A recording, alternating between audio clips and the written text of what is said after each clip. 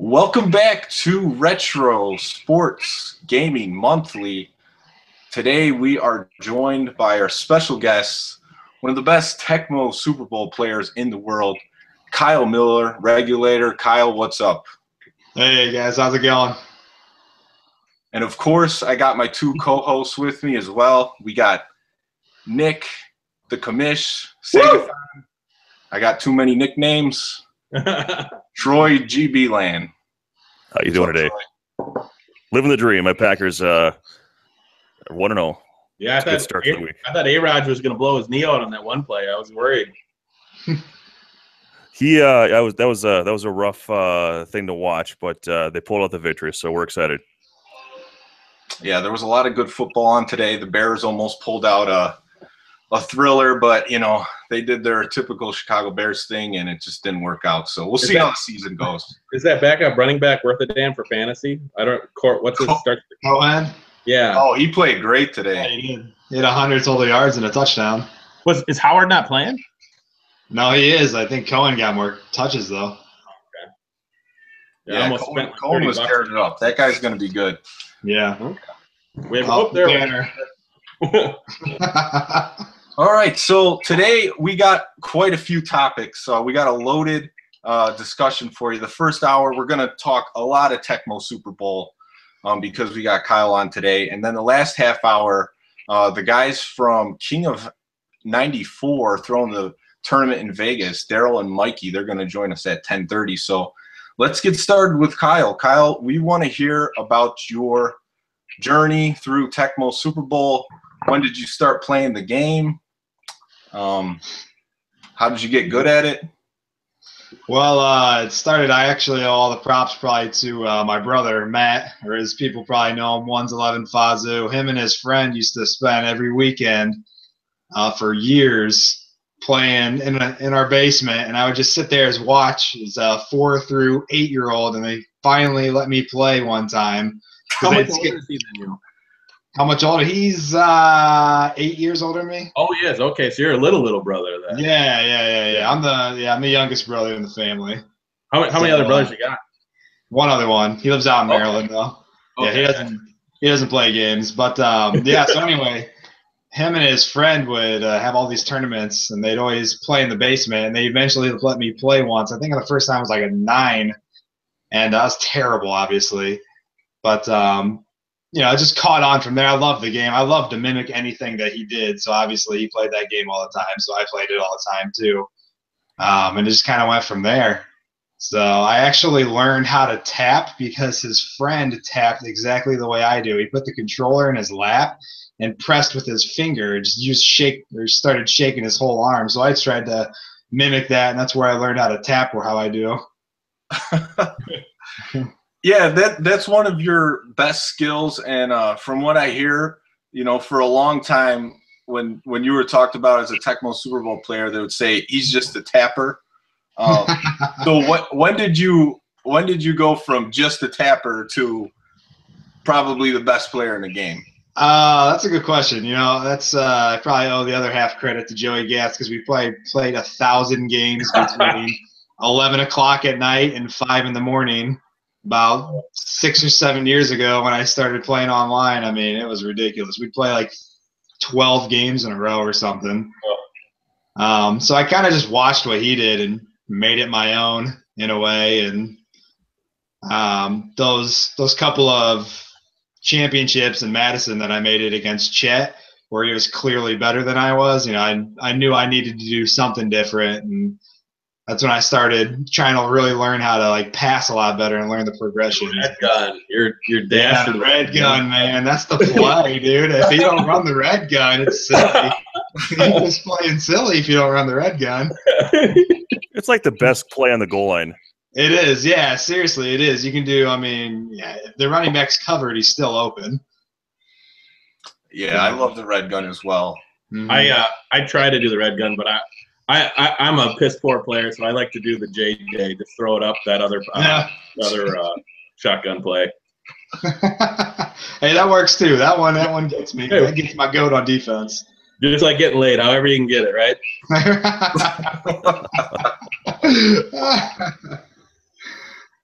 Shoot. All right, so Kyle, so Yeah. what was the first Tecmo Super Bowl tournament you actually played in live? I think it was Tecmo Madison 7. I think that was the first Tecmo Bowl tournament that I ever played in, because the summer before, Matt had gone to an Ohio tournament. And granted, like, mind you, we had been playing for years still. We still hadn't stopped playing the game when he found that there were actually live tournaments going on, and there was a whole online community that we didn't know about. But it was funny because we'd always joked about it. We were always like, oh, we have to be the best players in the world. Nobody plays this game anymore. And so he went to that tournament, and then he beat Mort. Nobody knew who he was. He beat Mort, and he came back, and we had Tecmo boners to the ceiling, because when he started telling me about live tournaments and online and all that stuff, it was pretty cool. But Tecmo, the following March, we both went to Tecmo Madison 7, I think. You were playing online at that point, though, right? At 7? I think I just started. Yeah, that was like my first half year. Because I joined the whole online stuff same time about you, maybe like 6 months before you. And Okay. I remember my introduction to you was like, dude, this guy's turboing. No fucking way this guy can go this high. Yeah, actually, my first 6 games online, I think 3 were versus BG Bowd and 3 were versus Brewdog. Okay. And I think Brewdog was playing me just to see if I was turboing. You know, he's got all these programs, and he knows things that we have no idea about. Yeah. And I was like raging. I was like, I don't even know what turbo is. What are you guys talking about? Yeah. So.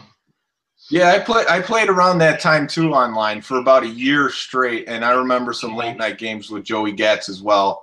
Played Dowd and a bunch of other people. So yeah, I always wondered that too, if people were turboing, because you really have no idea. They could have a generic PC controller with some turbo buttons on it, and you would never know. You know, so that's the easiest way to overcome that is to go to the tournament and show them how it's done live. There you go, man. My brother talked about, he was talking about tapping or something because he had just got beaten in a game. He goes, that's it. I'm going to use a vibrator on the A button. Oh, man. All right. So your brother's 8 years older than you. You started playing live tournaments, Tecmo Madison 7. Mm-hmm. When did you overtake your brother as the better player? Oh gosh, that's a good question. Probably like a year after we started playing online and such, because we didn't really know what we thought we knew what we were doing, but we didn't really know what we were doing when we first started. But once I got my first 500 games in against Gas, I think that's when I peaked over Matt probably. How did he take that? Not very well. We actually used to play full seasons for money. We'd play like $100 a season. If you could take one team through and win the Super Bowl, the other person had to pay you $100. And you had to do it. I think you had to do it twice in a row. And so I think it's when we stopped doing that. He recognized that he probably wasn't the top tier in the family anymore. How'd you pick when you're doing the seasons? How'd you pick the team? You randomly picked. Oh, okay. So you might get Colts. You could get Eagles on one Super Bowl season. Yeah, right. So he actually picked the Chargers 3 times in a row. Okay. Like, odds in that are like 1 in 100,000 or something like that. We figured it out because we were just cracking up. But actually, beating him at Tecmo Super Bowl, I think the odds are actually exactly the same.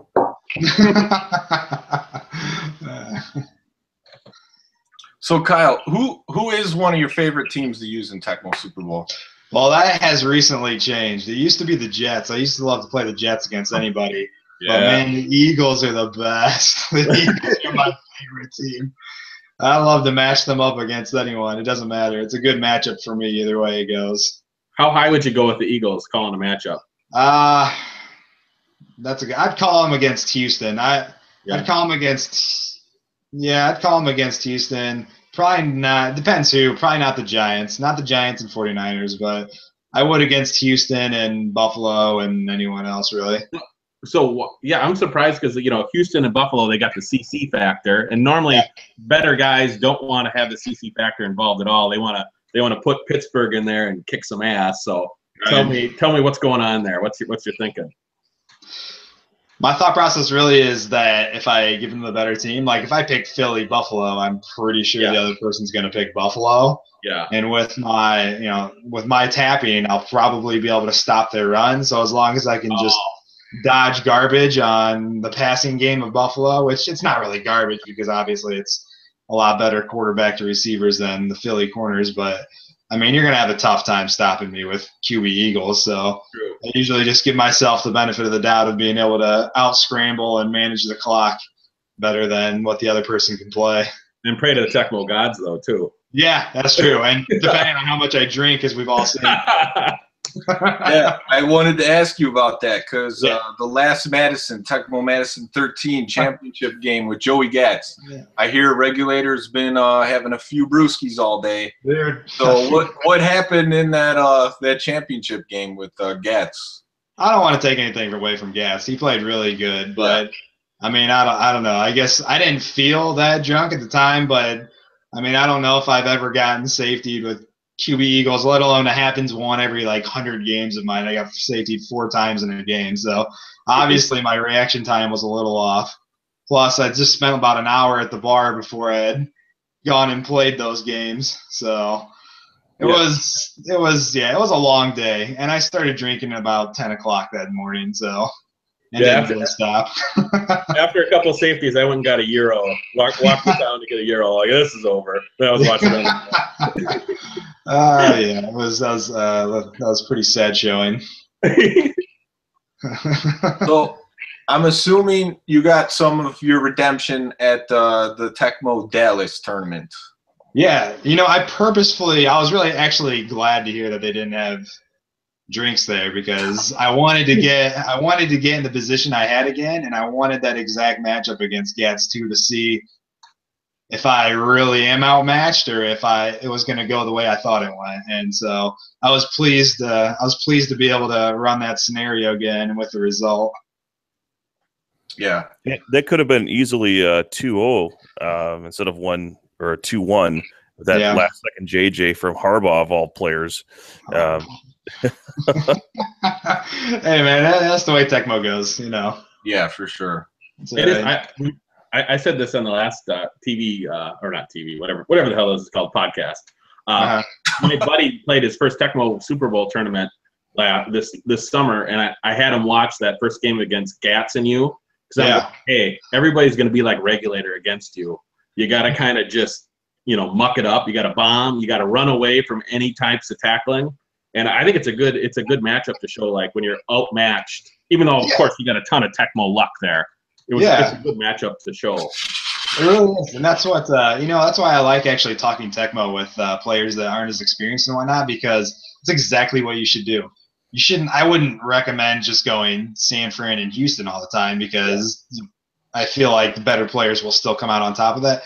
But you need to know matchups where you can do that. Like Chicago, you can play good defense and you can bomb it up and still dip and dunk running yards here and there. So, you got to be situationally aware, and that grows with experience as well. You got to be more aggressive in a game where you think that you're probably not going to win. You can't be reserved because the person who has better skill, if you're playing reserve, the more plays you play, obviously the better skill is going to come out on top. Yep. Hey, Kyle, I wanted to ask you, so now with this newfound approach here with the alcohol-free, well, hold on, I'll stop you. This last tournament, and combined with some of the transition that happened with Tecmo Madison and the new ownership, obviously the stakes get higher every year. Is that something that you're willing to take into the Tecmo Madison tournament, or are you looking to make it more like that destination, the destination weekend where you're just you're just going to kick back and Tecmo is just part of it? I'll tell you right now, sobriety's not in the plans for. You have it here, folks, live on the Retro Sports Podcast. Kids, throw that in your can right now. Kids, if you're watching, a 30-year-old game. Flo would be so proud. He shed a tear. I know. I can hear him cheering from here. All right. So you've played a lot of Tecmo since Tecmo Madison 7. You've been Yeah. you played at other tournaments. What's the most memorable game you've played, either at a tournament or not? Maybe it's just at home with your brother or something. What's the most memorable game that you've played? It's a little cliche, but the Tecmo tournament, Tecmo 10, I think it was, that I won. The very last game I played against Chet, I won 14-0 in the championship. It was a Denver-San Diego matchup, and that entire tournament, I was just on fire. Like I was playing really good, and I remember just dominating him that game and feeling, I don't know, like it was maybe the best game that I ever played. Like I was making all the right plays, didn't make any mistakes. I remember Mort sleeping right next to me, which is pretty cool. We're in the front row playing, and Mort's like, I remember looking over halfway through the game. I was like, huh, that's cool. But yeah, that was definitely the most memorable for me. Yeah, that makes sense. I mean, you win the championship, the biggest Tecmo Super Bowl tournament. So yeah, I would say it's pretty memorable for anyone. Yeah. Cool. So you play a lot of Tecmo Super Bowl. We know that. That's why you're on today.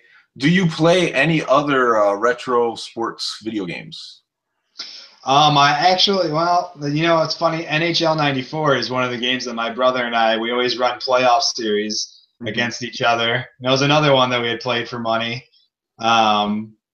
We play a lot of regular Nintendo games. We like all the Final Fantasy trilogies. Contra and Legendary Wings seem to be kind of like our favorite go-tos when we get together and play 2-player games. What's your 100 dash turbo time for that? Because those will break your thumb. Wait, what's that? I can't. So Legendary Wings. Do you use turbo controllers or do you use actual tapping? Because your brother would be in trouble. Tapping.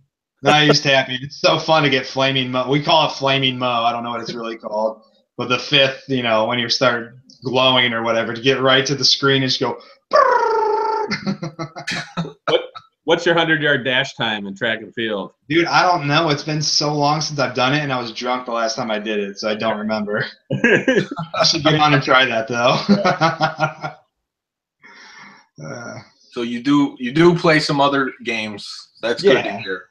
Yeah, definitely. Yeah, we have a huge collection of actual regular Nintendo cartridge games that we love to go through. I've never actually, one game that I want to beat that I've never beaten before is Rolling Thunder.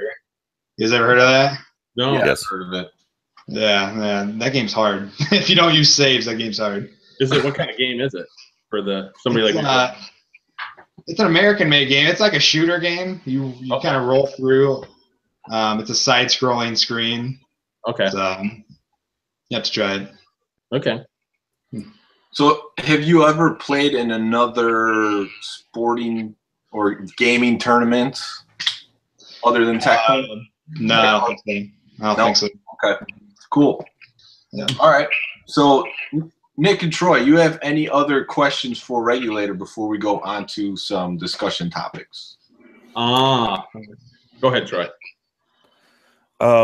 So at the Thunder Bowl, there was a matchup called between yourself and the Shield, Tim Ubik.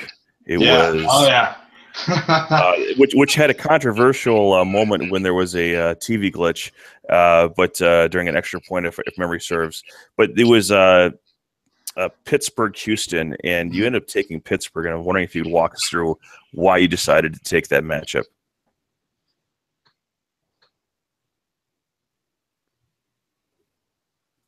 Hello. Yep. You look froze. I think he froze up. Gotta love the internet. Yeah, it happens. Well, Pittsburgh has a good defense. Yeah. He probably thought he was going to roll him, I'm guessing. I'm going to roll this guy. I can do it. Well, as we're waiting for him to come back on, let's move on and start to talk about some of the discussion topics. Hey. Okay. Hey, we got you back. Sorry, I don't know what happened there.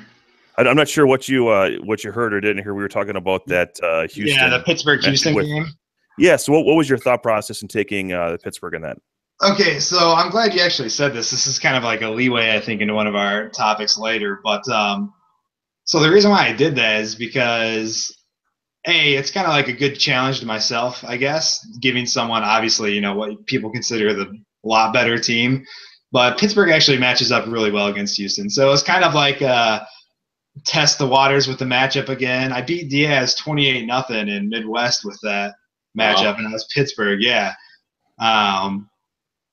But you know, I kind of like I said, I like to kind of challenge myself with new and underwhelming matchups, so to speak, just to kind of test my skill a little bit more to see how it ends up. But that one's a really solid matchup for Pittsburgh, though. How is it a solid matchup, though? To me, it just looks lopsided.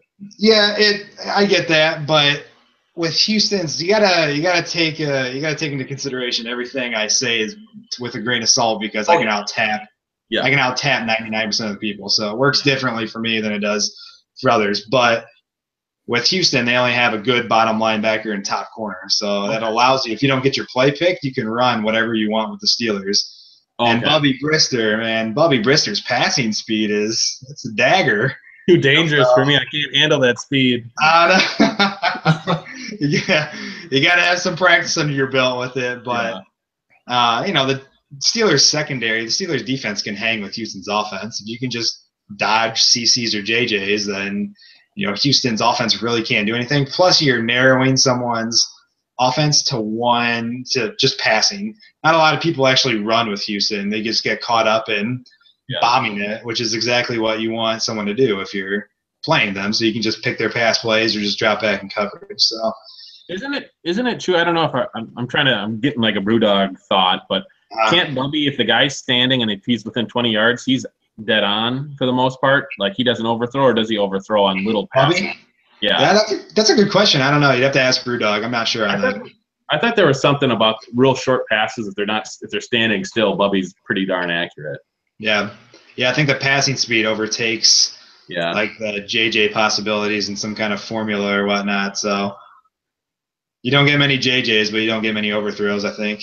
Yeah. So I got a question from Rogue Gamer asking what CCs are, and we're all Tecmo guys here, but for the chat, I'm wondering if you might lay that out for Rogue Gamer. Yeah, Rogue Gamer. It's a covered catch, which means that when you're throwing to your wide receiver, there's a defender standing on him, and the receiver catches it anyway. So there's a whole formula that works for that with receptions and interceptions, and it has to do with your passing, your quarterback's pass control. But that's too complicated to get into right now. It's kind of like a dice roll that goes your way kind of thing. Yeah. And fortunately, Brewdog is in chat right now, so if he wants to go all Matrix on us for Tecmo, here we go. He can certainly do that in the chat.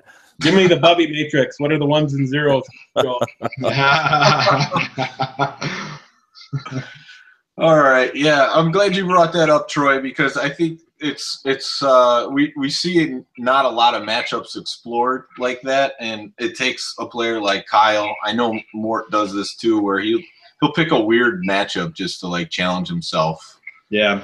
So I think that's pretty cool. That's a good way to go about it, especially with newer players in the game. So let's move on to some of the discussion topics. Yeah. And this first one I'm really excited to talk about, but I'm gonna let you guys talk about it first. And it is a question that Kyle asked on the TecmoBowl.org forums. And that is about tournament abundance, because there's been a lot of tournaments this year, Tecmo Super Bowl. And the question is it good for Tecmo, or does it water down participation? And what could be denser fields with fewer tournaments? And the results on the forum, good for Tecmo, 92%. Water down participation, 8%. Troy and Nick, I know you guys both commented on this and voted on it. So, Troy, let's start with you. What do you think? What you're thinking on this? So I think awareness that there are Tecmo tournaments is a very good thing. I think there are a lot more people getting together that we're even aware of, people that don't know that TecmoBowl.org exists. With the documentary, and if you search Tecmo Super Bowl on YouTube, it's one of the first things that come up. the existence of Tecmo Madison through the documentary. So it's easier and easier to find out that those things exist. That being said, I think that the community could do a better job communicating with one another as to not water down what's happening in the immediate area. I think there's at least 3 different significant tournaments that happen in Ohio. I think they do a pretty good job of communicating with one another. You've got Midwest Tecmo, you've got the Cincinnati tournament there, and you've got the Cleveland tournament that just happened, and you've got in Columbus, you've got the Super Bowl by Kevin Cabarello. They do a pretty good job of spacing that out from one another.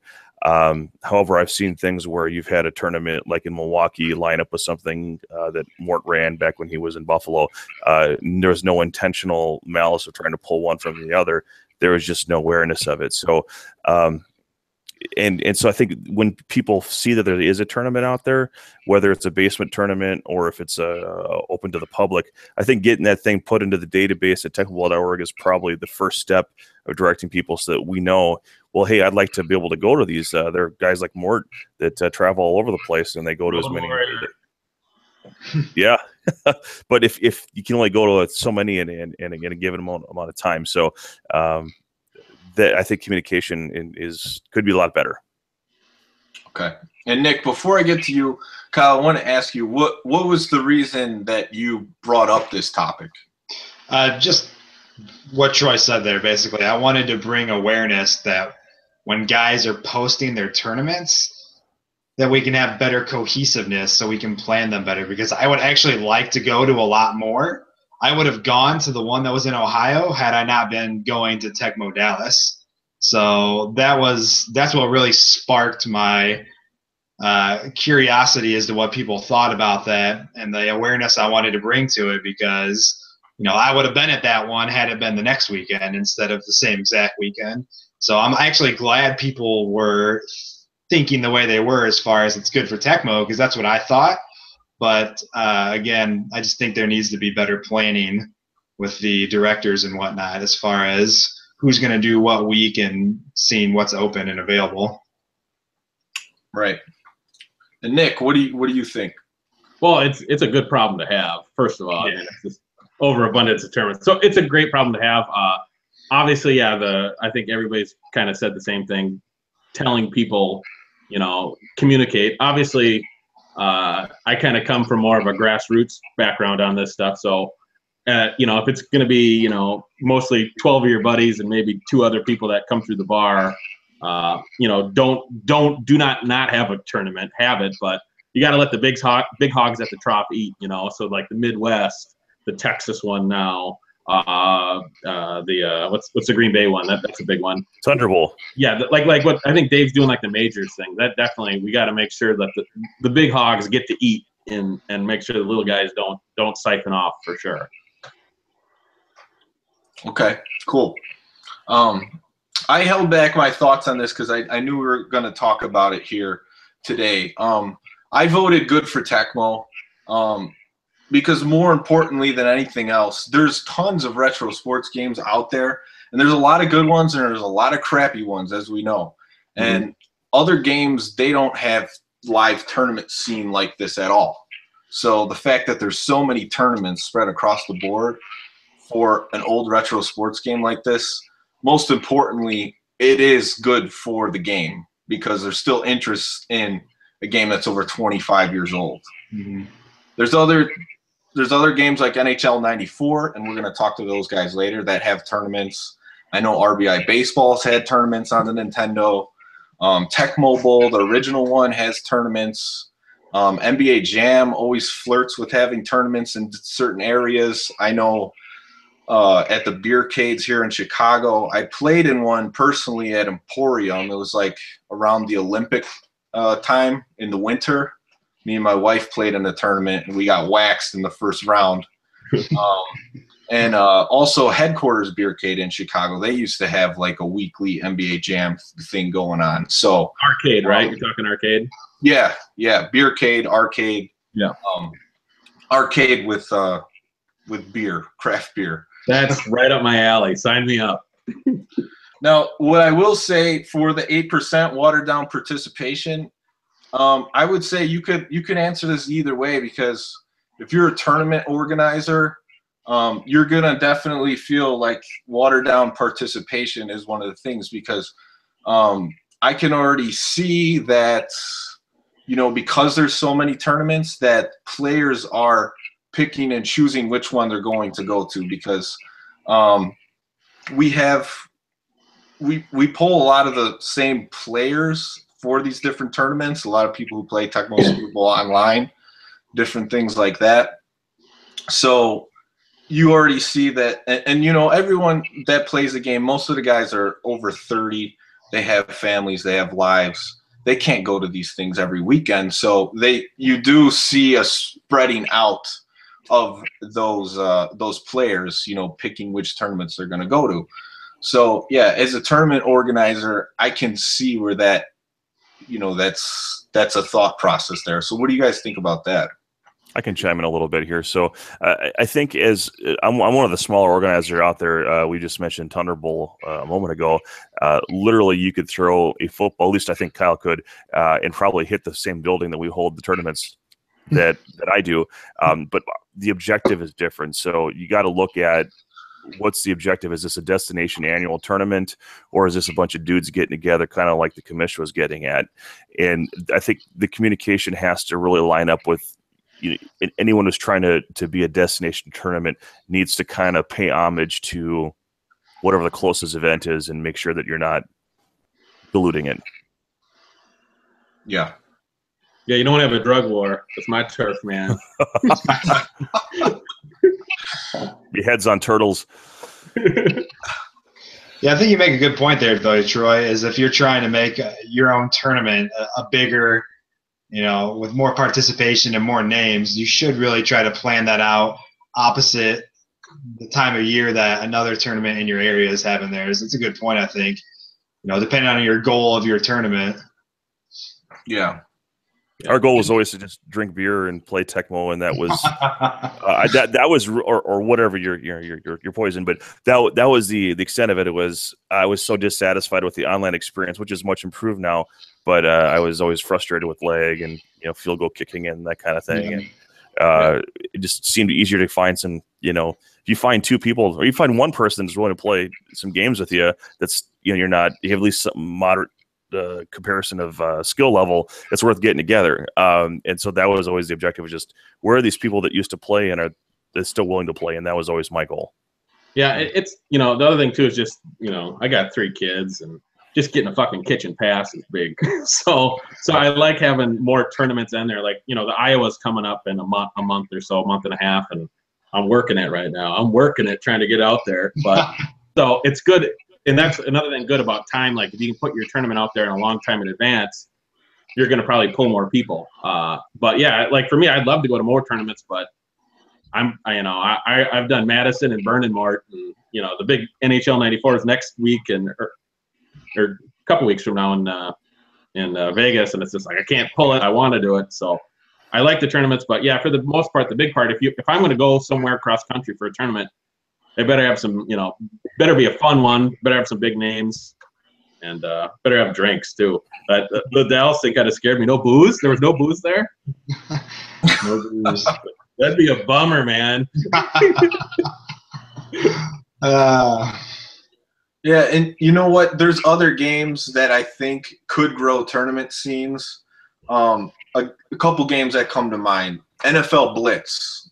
I've never heard of an NFL Blitz tournament, but that's, in my opinion, that's the second best football game, is NFL Blitz. So I think a tournament scene could easily pop up for a game like that, whether it's on Nintendo 64, on the arcade cabinets. It's a great game. A tournament scene could pop up. Another game that came out in the 2000s, because right now the retro sports games we're talking about all came out in the early 90s, where there's tournaments, or even the late 80s. There's a game called NBA Street. I don't know if you guys have played that game, but that game, especially the first one, is heralded in high regard. It was made by EA Big. That could be a game that pops up and has retro sports gaming tournaments. NFL Street was a good time. Yeah, they had NFL Street. They made the soccer one, I think FIFA Street.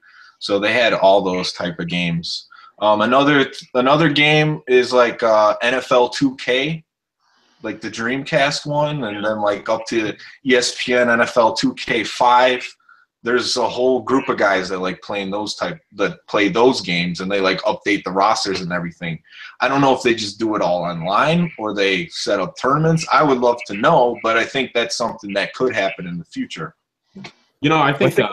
Oh, go ahead. Go ahead, Commissioner. Going back and talking about why aren't there other tournaments and like of newer games? I think the one thing too is back in the day, you know, there was years between Tecmo being released. You know, so people really congregated around one game, and I think that's why Tecmo's so big. Even you can even look at the NHL with 94, 95, 96 and going through it. It gets fragmented. You know, even like the Tecmo, there's other great Tecmo games like the other football games, but they're spread out. They put out like 3 on the Genesis and SNES, so people can't get all under one tent. You know, because everybody has their favorites and they want to stick with that. You know. Yeah. Yeah, because there's even a group of guys that gets together. I don't know if it's once a year or twice a year. It's like the No Frills Tough Guys League, and they play Tecmo Super Bowl 3. Yeah, I think I follow them on Twitter. Yeah, so there's all sorts of people that like different type of games. But yeah, Nick, you make a good point.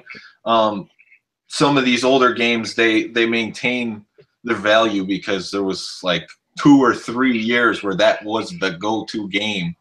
Not like now where you have to update your NBA 2K to play online with people or your Madden, and it's just what it is. So, plus you could play online, so there's not as much incentive to get together and play. Even though we've found a way to play Tecmo Super Bowl online, it's not as simple as just logging on to your PlayStation or Xbox.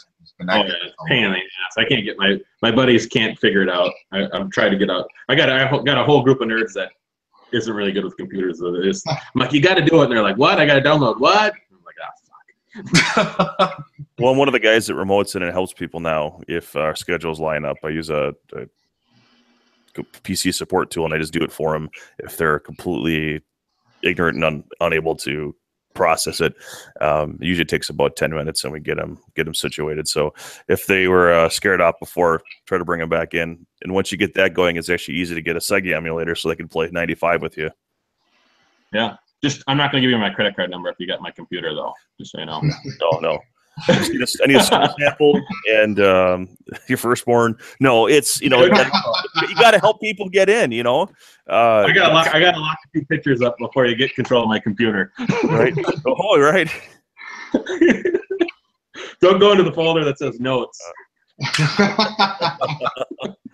Why are there clowns in there? I don't understand. All right. Well, I think the first topic that Regulator brought up on the forums is a good segue into our next topic, and that's because if the tournaments are spreading out the attendance because there's so many of them, then what's the best tournament format to bring in, keep newer players coming back to tournaments? Kyle, I'll start with you. Okay. I gotta say, I think the best tournament format is Tecmo Madison. I think the whole round of pool play, it's nice because it guarantees people games. I like the single elimination factor all the way through the Sweet 16 because it puts a lot of pressure on people. But I like that it switches to double elims once you get to Elite 8 because you get a lot of good quality games. And it also rewards those that make it that far because if you have a screw up, you get a second chance. But I'll say that one other format that I really enjoy is Tecmo Detroit, where it's just a triple elimination from the start. Yeah, because you're guaranteed 3 games, which is nice, for new guys and whatnot. But it's really fun. Triple elimination from the start is really fun. I don't think it could support a 64-man field, but you'd be playing all day. But it's really fun, and I really enjoyed that because you run in to the same people a couple of times. Plus, the format they used to select matchups was really cool with bingo balls. I love it. I got to get out there. Yeah, it's pretty neat. I really like the Tecmo Detroit format, but I think the Tecmo Madison's the best for sure. So are you talking about the Kumite by that old? Yeah, Kumite. Yeah. Okay. Oh, yeah. Yeah. Sorry. Yeah. That's kind of how I modeled the tournament I'm throwing in Chicago after is that tournament, with the matchup selection at the end. Okay. But Troy, what do you think on this topic? Well, I think it really depends on who you're catering to. Something like Tecmo Madison is supporting hundreds of players, has to find a way to efficiently yet fairly get through the masses of players and whittle it down to the core top tier cream of champions caliber players. So the way they're doing that makes total sense. In a smaller tournament, you need to feed the pot. So you got to do something that's going to encourage the not so good player to be willing to part with his $40 or so, depending on whatever the tournament buy-in is. So I do like what Tecmo Milwaukee did specifically, where they had a lot of group play games, but then it went single limb in the bracket play.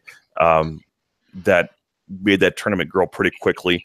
And if I remember, the first couple you were there, Kyle, because they were able to guarantee a good number of people to play against, which means there's something worth fighting for at the top.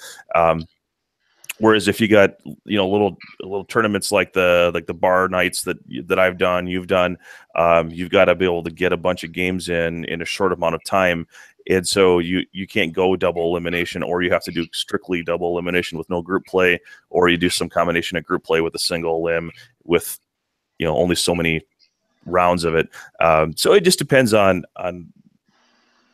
what your tournament is supposed to look like when it's all said and done. And if you don't match it up with that, if Madison did 8 player groups and everyone had to play each other, you'd never get out of there. It'd be a 2-day event. Mm-hmm. Which actually would be kind of cool. Yeah, well, 2-day event would be kind of cool. Sorry, honey, I'm gone for the weekend. Yeah. Well, the correct answer is actually Burning Mart. Upside down the answer is the correct one. I think Madison's got it right for if it's going to be a competitive tournament. People are there. There's money on the line. There's pride on the line.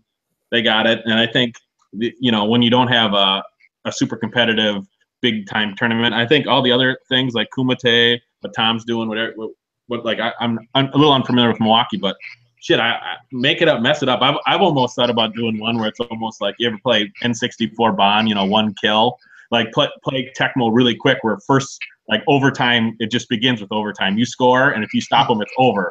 You get like 30 games in. Never heard that one before. Yeah, that's my idea. The problem would be is people setting up teams each time would take way too long. So, well, some of the things that I've seen at tournaments, of course, everyone's familiar with Tecmo Madison, but the one that Kevin Cabarello threw in Columbus, I think basically, yeah, the Tupa Bowl. I think basically what he did there. Everybody made a bracket. The top players made like the top bracket. Like Swiss rules, right? They call it Swiss. What's that? Isn't that like a Swiss tournament they call it, or something like that? Yeah. The top half of the players were in the top bracket, and they played for first, second, third. And then the bottom half got in the bracket too, and they played for first, second, third in that bracket. And the prizes were just lower. So I thought that was a pretty cool way of doing it, because it included everybody. Moving on to a tournament basically off your skill level and what you did in the round robin group play. The other thing that I thought was pretty good was at Tundra Bowl,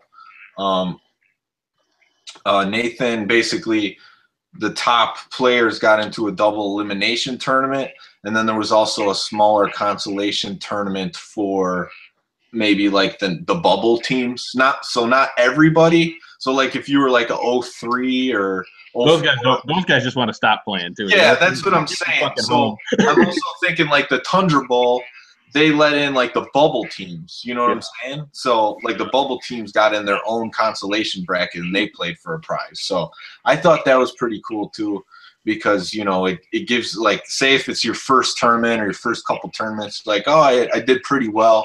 And you know you get into this consolation bracket and you go far in that, so then you're like, oh, I'm getting pretty good at this game. Maybe I should keep playing in these tournaments. So those are two of the things that I seen as far as good solutions to that. I think the gorilla in the room, though, I think maybe people that aren't into it as much as us are. We just got to talk about how brilliant the Madison matchup call is before this was ever happened, where you call the teams and then somebody else you pick the matchup, someone else picks the teams. That's just amazing. I mean, a lot of people, when I tell them that, they're like, oh, that is a fucking great idea, you know, for most tournaments. Yeah. I also was thinking too, I don't know, and maybe you guys can give your opinion on this. Like the newer players that I deal with, they don't know enough to say, hey, let's play Jets Saints. Yeah, that's true. That's true. You know, so like I'm calling Jets Saints versus a newer player, and he's like, I don't know anybody on either of those teams. Yeah, everybody wants to play bow and put in a flea flicker. So I don't know. I look at the matchup calling like maybe a little bit intimidating to newer players. I don't know. What do you guys think? So when I call or I run my tournaments, I get a lot of. Well, I'm just going to call them like tier 3, tier 4 players. If you were to go to Madison, that's, you know, guys that played might still play, but they never change their playbooks. They don't even know they can do that.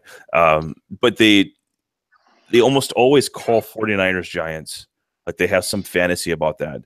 And I don't know why, but that's what that first game of the regular season. Yeah, exactly. And in fact, I've had to go stop Monday Night Football. Get out of the season mode. You got to play preseason during the tournament. But that's the kind of thing that they're just going on. It's pure nostalgia for them, and it's really hard to get them to turn that off, because that's the whole fun connection for them. And say, well, if you want to have any competitive advantage, like this entire playbook, like these 4 plays are absolute trash. You can't use them with any level of success against anyone that knows better, you know, your flea flickers and that kind of thing. You've got they don't realize, like, you know, you shouldn't be playing with Grogan as your starter if you're playing as the Patriots, and you know, that sort of thing. You know, it's funny as you say the flea flicker. It's been so long since I've seen that play; it'd probably work against me. Yeah, I know it is. It is true. By lacrosse, Nelson 79 gets away with that kind of crap. Yeah, it is funny because, like, you know, when you tell, I'm sure you guys all have the same situation where you're like, oh, you play Tecmo Bowl? Their eyes light up and they're like, Tecmo, or Tecmo, Super Tecmo Bowl, they'll say. Super Tecmo Bowl, I love that. And the bow, the flea flicker and stuff. And then they're like, I get that when I'll get buddies to come to a tournament. And then when I start saying, okay, well, you could call this matchup and this matchup, but don't want to call this matchup. And if you do this, you got to put this guy in. And their eyes just glaze over and like, the fun's gone. The fun's gone. So there is something where, to get those people in, to get the fun back, and then get them to the stronger drug, which is the matchup calls and more competitive. I don't know how that works, but that's what needs to be done. We put out a list of matchups that are from that ROM that Brewdog made for online play, where it just automatically does it, and they just go down the list and pick what seems to make sense to them. But even then, they're like, well, they could just put their finger somewhere on the list and they wouldn't know why one team was better than the other. Well, I remember playing with this one because maybe it was my hometown team or something. Yeah, there's definitely a learning curve, and you know what? For those that are willing to take that journey, it's a rewarding one. Yeah, a little word of the wise for newer players or guys that are actually trying to get to the next level of Tecmo. Picking your matchup is a big skill, and you have to know why. You have to know why you're choosing the teams you're choosing, and you have to know what you're strong at. And you have to try to know or have an idea of what your opponent is good at. And if you don't, then you really have to know what you're good at. So, you know, that's why I try to pick fast-moving teams now, because I can out-tap everyone, so I can run, and I'm pretty good at passing. So it doesn't really matter which quarterback I get in a matchup, but you really got to know what you can play with, and not just be like Saints Phoenix and not have any idea that the Saints defensive and offensive line is just gonna crush you all game. Mm-hmm. So it's actually a really big skill. I mean, I don't like to call matchups in the first half of tournaments, but once we get to the elimination, I want to call matchups because it's a huge advantage to be able to call the matchup. Right. Being able to defer that now is nice. Yeah, to start. Yeah, I like that. All right, cool. So, yeah, I think we had a lot of good ideas on and talked about some good stuff there. So let's talk about some of the tournament results for the Tecmo tournaments. We had a tournament August 22nd in Berwyn, Illinois at Michael Anthony's Pizza. We threw a free-to-play cash prize Tecmo Super Bowl tournament. It was on a Tuesday, so we just wanted people to come, try it out. Me, Flo, and Mort threw in the prize money, $50 each, $100 for first. Second place was $50. The way the tournament turned out, Kyle ended up winning. Flo. Fuck that guy. That's what they say, I guess.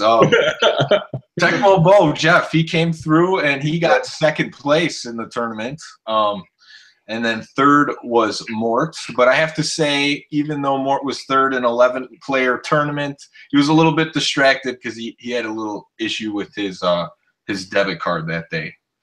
And then fourth, I was fourth place, so I got eliminated by Tecmo Bo. Mm-hmm. So that tournament went pretty well. I think in a free-to-play tournament, I wanted to get at least like 20 players. We had like 20 people there, but the problem is a lot of guys just wanted to watch and drink beer. Mm-hmm. So they didn't end up entering the tournament.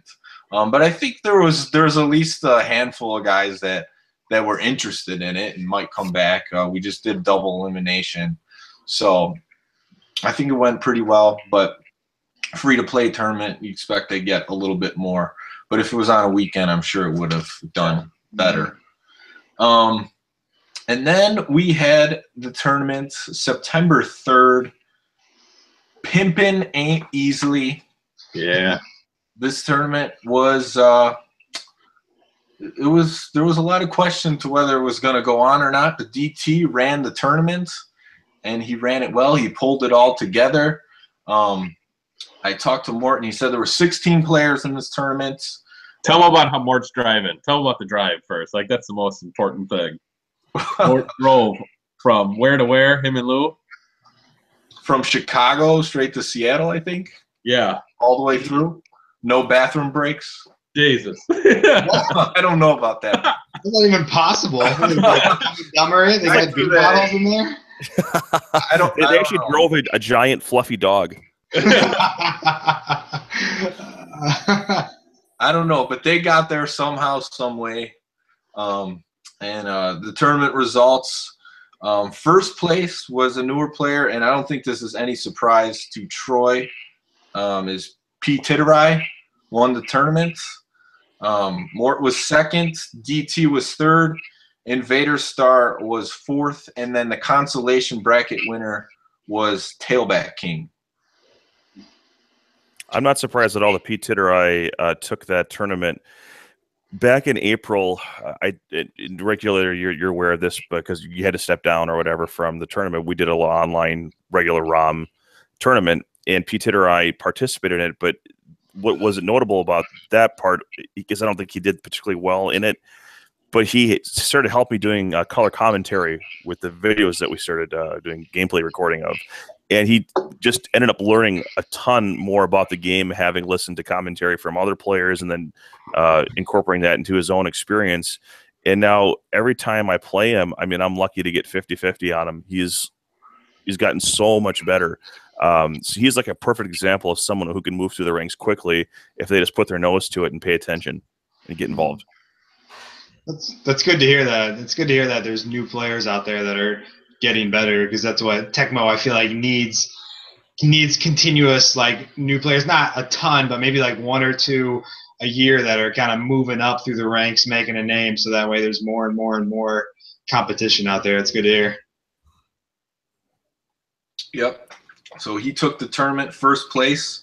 I think they said that some guy won the tournament again at Pimpinade easily, and that some guy was Pete Titterai this time. So, and then there was a tournament actually that happened today, Tecmo Super Bowl. It was at South Texas Comic-Con. Retro World Series through the tournament, along with some other retro games like Super Smash Brothers, I believe, was one of them. This tournament popped up on TecmoBowl.org maybe just a few weeks before, so it's all the way South Texas, you know, close to I'll go ahead and Mexico. interject. The tournament did not end up taking place. Oh, okay. So, the apparently it was so he was part of a gaming convention, and there just was no turnout. I don't know. There was a big turnout for all of his events on Saturday, but not Sunday. I'm guessing the opening of the NFL season on opening weekend may have had something to do with that, not to mention all of the weather-related things that have been going on in Texas. Yeah, there's a Venn diagram of nerds and Tecmo and football, and you're going to lose out probably to the opening day. yeah, so I think it was free entry too, but I guess it didn't happen. So maybe next time we'll get a Tecmo Super Bowl in from Retro World Series. They did have a GoldenEye tournament that had a very good turnout, as I understand, but not retro sports per se, but sure, a lot of fun. Yeah, for sure. All right, cool. So let's talk about some of the upcoming tournaments and events for September and October. We were supposed to do a follow-up at Michael Anthony's September 19th, but decided not to do that one. That would have been on a Tuesday. A kind of unique opportunity popped up for us here in Chicago. There's a bar called D-Man Tap that randomly threw up like a meetup. I saw it on Twitter because if you follow like the Tecmo Bowl bot, then basically anything Tecmo Bowl will come through your feed. So the owner at this bar is actually a Tecmo Super Bowl player. So in his back room, he has set up 2 CRT TVs with like wood entertainment centers, and Nintendo's hooked up with Tecmo Super Bowl. So he's committed to throwing Monday Night Football every Monday, Tecmo Super Bowl. So I'm going to commit to a bi-weekly schedule there starting September 25th. So I'll be there October 9th to practice for our tournament coming up. But it's going to be an opportunity for us to grow something organically out of Chicago because we haven't had too much since I think Odell lived in Chicago and threw a tournament. So pretty excited about that. The owner's name is – one of the owner's names is Phil, and you know, he's Tecmo Super Bowl player, and he wants to grow a scene in his bar. So I'm excited for that. So that's going to be September 25th, October 9th. October 14th, the Equalizer tournament. That's the tournament that I'm throwing along with more Tecmo Super Bowl tournament. Berwyn, Illinois, Michael Anthony's Pizza. We got 8 players signed up. We want 20 players. We got some good prizes. First place is cash, $300. Second place is $100 cash. And then I just got a couple of sponsors for 3rd and 4th place prizes. A retro game store is supplying a $50 gift card and a $25 gift card for 4th. The 50 is for 3rd. And then also the bar's supplying $20 gift certificates for each 3rd and 4th. So Dude, I thought you were gonna say free beer. I was like, oh, you had me. No, not free beer, but yeah, $20. But show me the money.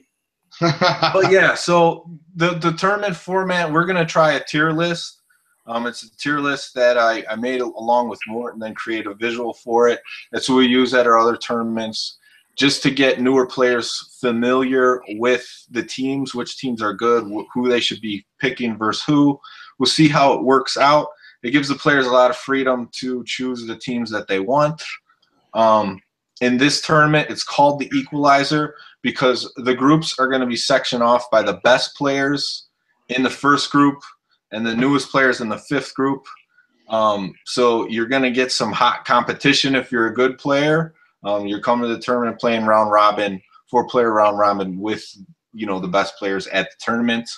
And then everyone advances to the 20-player single elimination tournament, and you pick your team Kumite style based off of how many wins you get. There's going to be like a lottery with the bingo balls, like Kyle was saying, that's at the Kumite tournament. So that's going to happen October 14th. We got 8 players locked up, and we just need 12 more. And then October 21st, so the next weekend after that, the New York Tecmo Super Bowl tournament is in Ravens Head Public House. I believe the organizer is Bad Moon Rising. He posted on TecmoBowl.org. It's 4-player round robin into bracket play. That's what I know about it. And if you pre-register, I think you get 20% off. So look at that tournament if you're in the Northeast. So those are the Tecmo tournaments coming up. And then the next big tournament, we talked about this on our last show, is the NHL King of 94 tournament that's coming up in Las Vegas. And we're going to talk to Mikey and Darrell in a second. Nick and Troy, do you have anything else for Kyle? Kyle, thank you so much for joining us tonight. It was great to talk to you, pick your brain. Kyle, as we said, he's one of the best Tecmo Super Bowl players, right there with Joey Gatz. So, Troy, Nick, you got anything else for Kyle? I just like to just say a word of how nice and friendly Kyle is. Me being a nobody in the scene, first time I met him, people that I had spoken to that referenced him, me him something of a Tecmo celebrity, and in a way he is because of the success he's had, but he's a pretty normal guy, just like pretty much anyone else who walks into a Tecmo tournament. So just super nice guy, as is his brother. And anytime you can see those guys at a tournament, you're probably in for a real tough match, but you're also in for a good time. Thanks, man. I appreciate that. And, hey, if you want some advice when you play against me, buy me a beer or a shot. All right. Because I'll drink it. Oh, man. Looking forward to partying with you next time. Next time we got to hook up at a smaller tournament so I can talk to you a little bit more. You got so much going on at the big ones. We got to do a little tournament somewhere here, Kyle. So right on, man. Well, hey, I'm gonna officially throw my hat in the ring for the Chicago tournament in October right now. So yeah. Go ahead and register me. I'll be there. Awesome. All right. Here we go. You hear it here. Regulator is taking on Chicago tournament. Flo has been steamrolling everybody over here. He's won the first 2 events. He's the self-proclaimed best player in the world and in Chicago. So we'll see how that works out. Beer and Tecmo will be there. So right on. All right, Kyle. Well, thanks a lot. Appreciate having you. We'll do this again sometime, probably after you win your next tournament or sometime soon. Right on, man. Thanks. Appreciate it. All right. Thanks, Kyle. Take care. All right. So now we're bringing on Darrell and Mikey, throwing possibly the largest cash payout that we've ever seen in a retro sports gaming tournament. It's happening in Vegas. Here they are, Darrell and Mikey. Woo! Guys. Oh, we're live? We are live. We've been live the whole time. Thanks for having us on. Hey, how are things in Yellowknife and beyond? Well, Troy, first thing I just want to say is you're handsome as always. Oh, thank you. I am one good-looking creep. And is this the real life Segathon? Is this the man? It is. This is the man. I didn't know I was going to meet a Twitter buddy of mine. That's pretty cool. Yeah, man. I think I like about 95% of all your stuff. Your pictures are amazing. Just follow for the pictures of the planes is awesome. Dude, man, I follow you for that weird NHL 95 stuff you do. Hey, hey, 95 is the future, man. The future. It's amazing, man. It's great, man. It's the 95 world's pretty cool, actually. You guys could dress up in the suits and stuff. It's pretty cool. Oh yeah, dang right. Hailfax, what's cooking, man? Not too much. Yeah, just looking forward to the tournament here coming up, and we got about 3 weeks to go here, so it's gonna be fun. For the viewers that don't know, I'm sort of like the redheaded stepchild of King of '94. I run a tournament in Wisconsin, and these guys showed me the ropes as far as what that would look like, and stay connected with them ever since then. So, and now Big Brother is holding a big tournament in Las Vegas, so we're really interested in hearing about that. But before we do that, Tom, do you have anything that you wanted to ask them before we go through our questions? Yeah, basically, what motivated you guys to throw such a big tournament in Vegas? Mikey, you can take that one. Well, I was sitting at the bar when Darrell texted me we should do it in Vegas, and that was all I needed. Well, I guess that gets it. Wraps up the show tonight. You guys later. I can tell you actually how it got started. There was I was actually reading an article online because I get a Google feed anytime NHL 94 pops up anywhere on the internet, and in Vegas they've been talking a lot about esports and finding ways to get more people in casinos because they're seeing a downtrend on people that want to play, the slots, want to play the blackjack, whereas this younger crowd is more into, gaming and that kind of thing. And they've been trying to figure out ways of how they can sort of incorporate that into the gambling aspect of it as well. And so when I was reading through the article, one of the guys, he just happened to mention that he says, man, I'd love to have an NHL 94 tournament down here as well. And I was like, wait a second.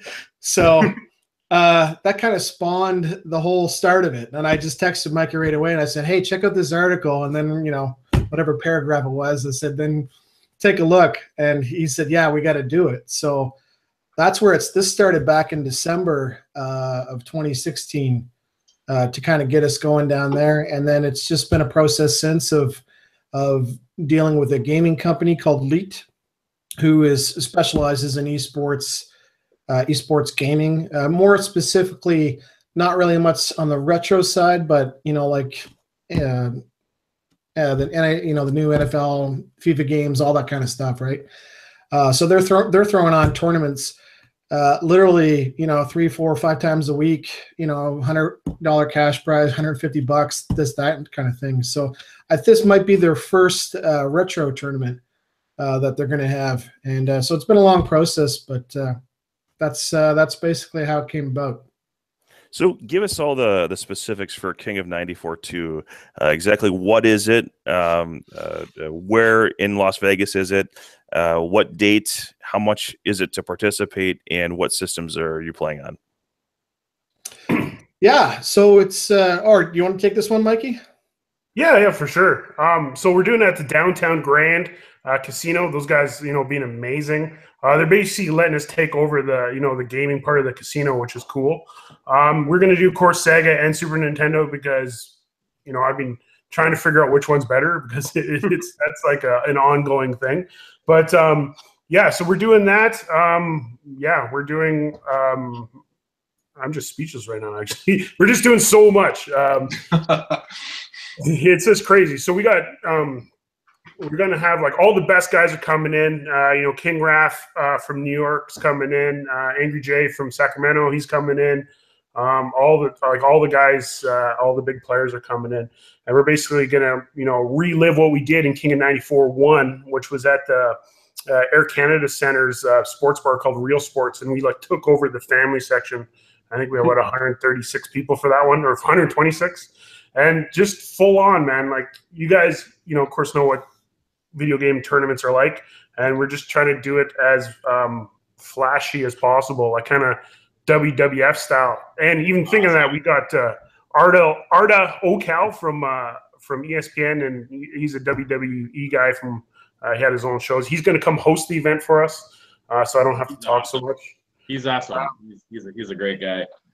Yeah, and he's awesome. He's been legit. So yeah, we're doing all that stuff, man. We got Darrell knows all the logistics of the the double elimination and all that stuff.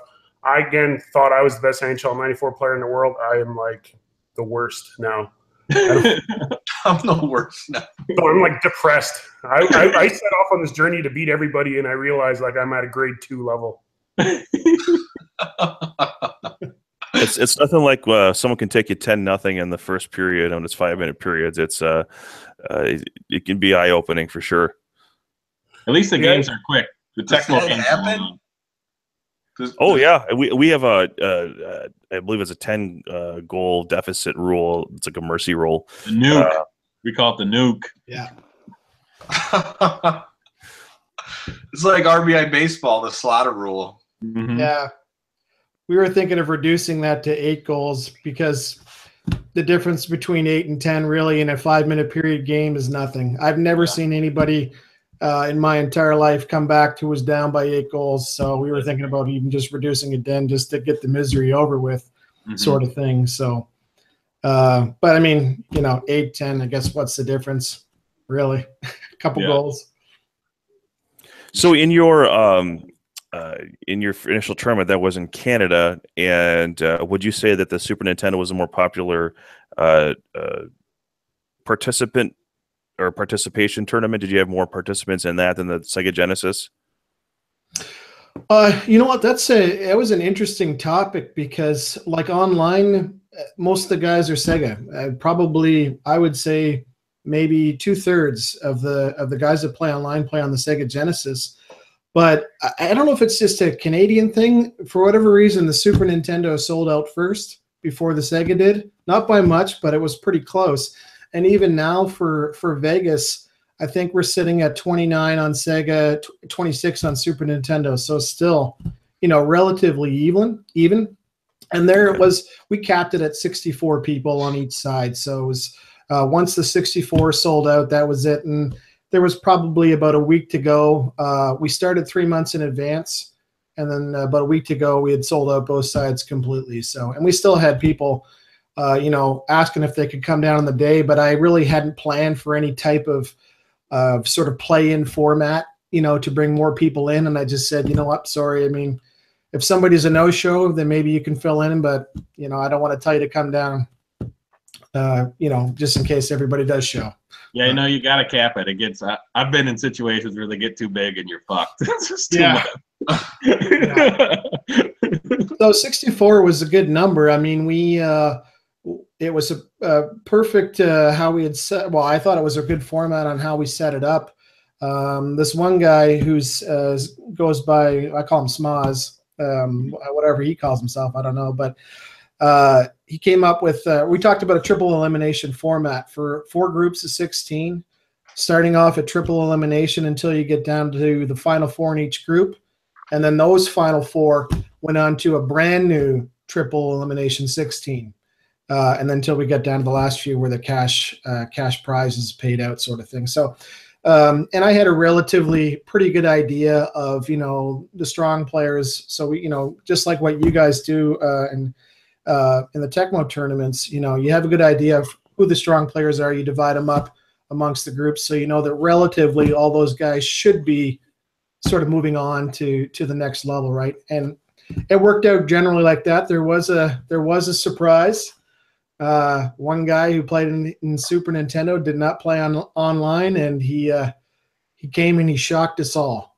So it was quite an experience. 15 guys that were online on the Super Nintendo side. The one guy that wasn't walked through everybody. So it was pretty good. Actually, the last 2 guys were sort of just trading off. They just beat each other. It was almost like a best of 5. Did he play differently than online guys? Did he play differently, or say that again? The unknown guy, did he play differently than what the online guys did? You know what? I don't know if he played any differently, other than he seemed to pound on the buttons a lot. And I don't know if that was an intimidation thing or whatever, but it was just, I noticed that there was a lot more of that.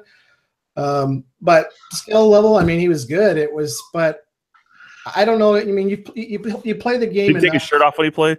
There's nothing really new that anybody does anymore, so nothing surprises anybody.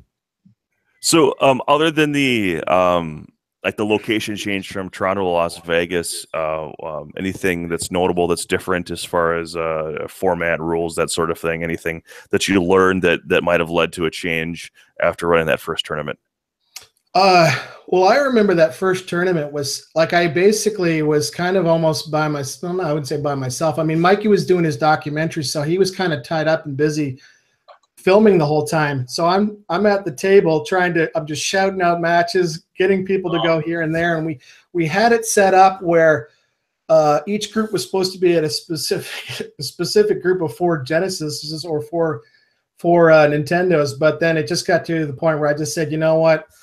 Wherever there's an open location, just go there and play. At this point, it was kind of chaotic. So obviously, that was just my first time kind of doing that large of a scale.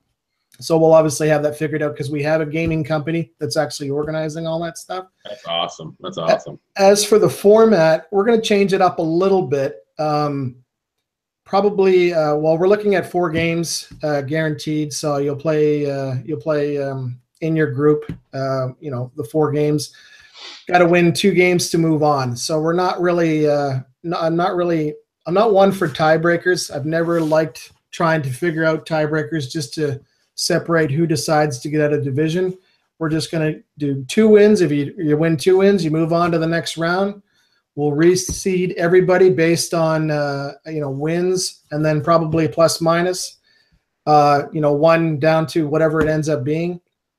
We'll do some, I'm looking at doing some single eliminations just to get it down to that nice 16 number.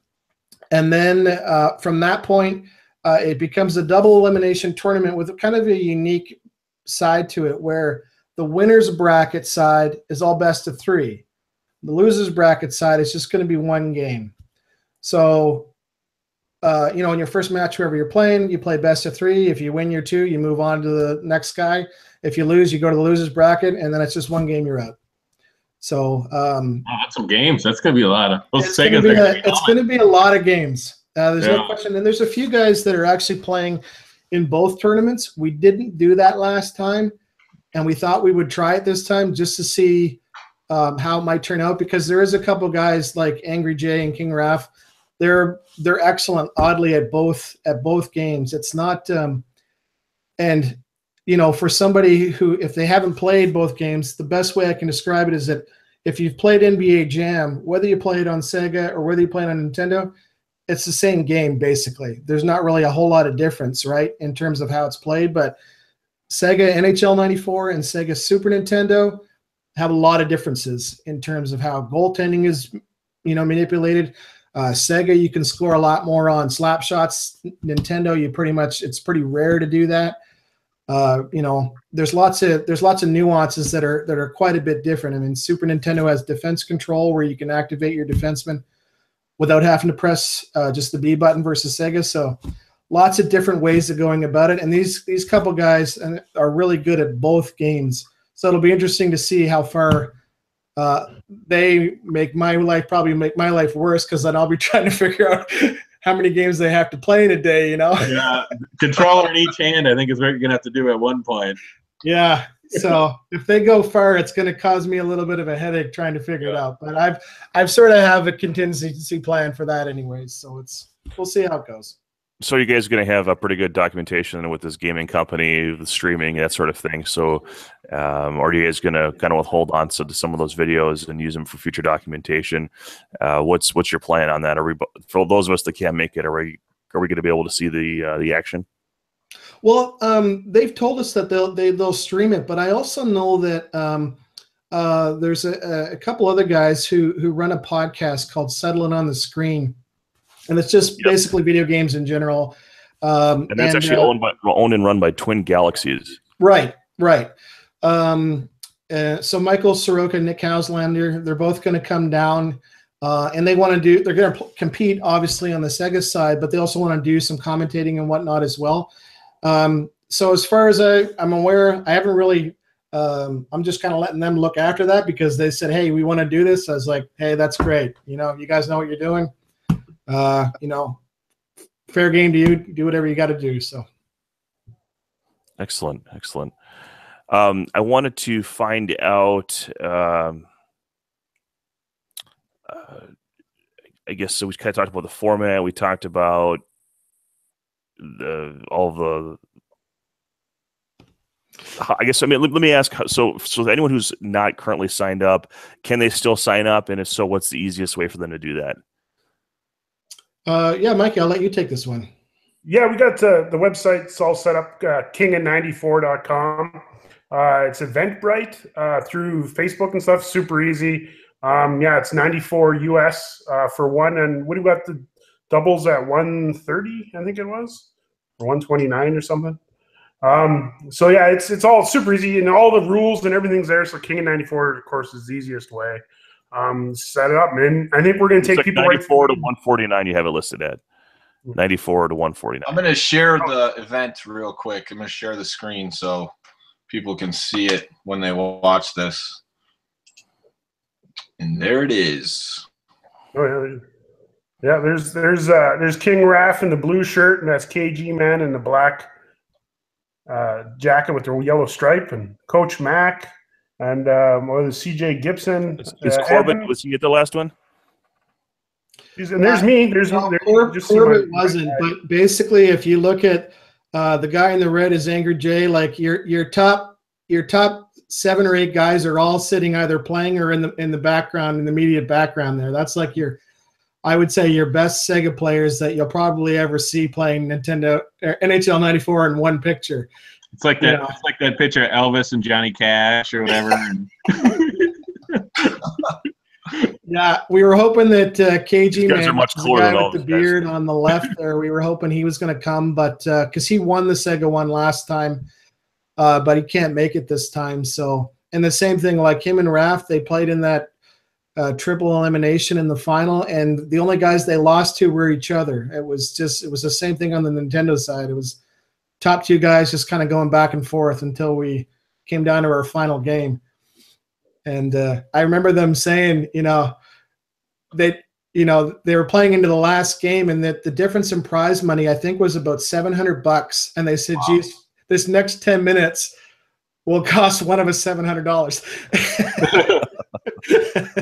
Because, I mean, games are so fast. I know Tecmo, I don't know what are they, probably about 18, 20 minutes a game? Is that? It depends what the setup is beforehand, but it's about 20 minutes once you're into it. Yeah, so Nintendo, reasonably, 10 minutes, 12 minutes, in that range. It goes to overtime, maybe a bit longer, but games are pretty quick, so we can blast through them fairly quickly too. So, yeah. And you guys are doing kind of the Madison call for a matchup where somebody calls the match. Yeah, we are. And I literally stole that from you guys. When we first did our one in Toronto, I wanted to come up with some really good rules, and I spent a lot of time actually viewing the Madison tournament and how you guys how they did it. I scanned, I even emailed back and forth with Chet, I believe it was Chet, just to get an idea on controllers and everything else on how you guys managed everything in terms of that.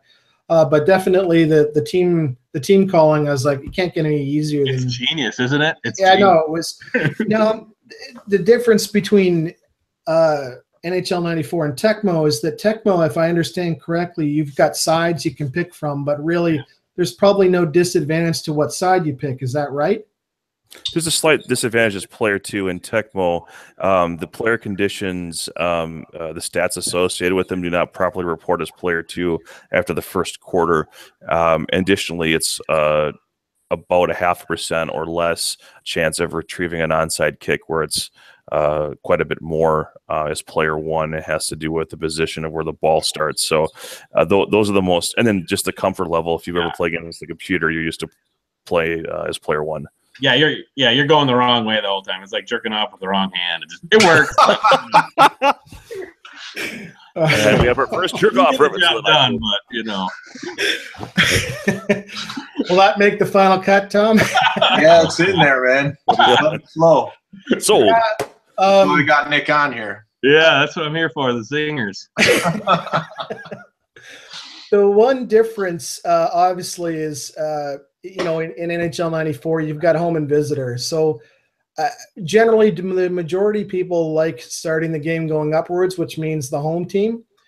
So, I mean, it's debatable whether the home team has an advantage in the game they're supposed to, but statistics have kind of told us otherwise. After our last tournament in Toronto, the visiting team, home team, it was almost 50-50 basically on terms of who won, right? So, you know, whether there's an advantage or disadvantage from that tournament, it certainly says that there isn't. But so we flip the coin. If you lose the coin toss, you pick the two players, and you're automatically the visiting team.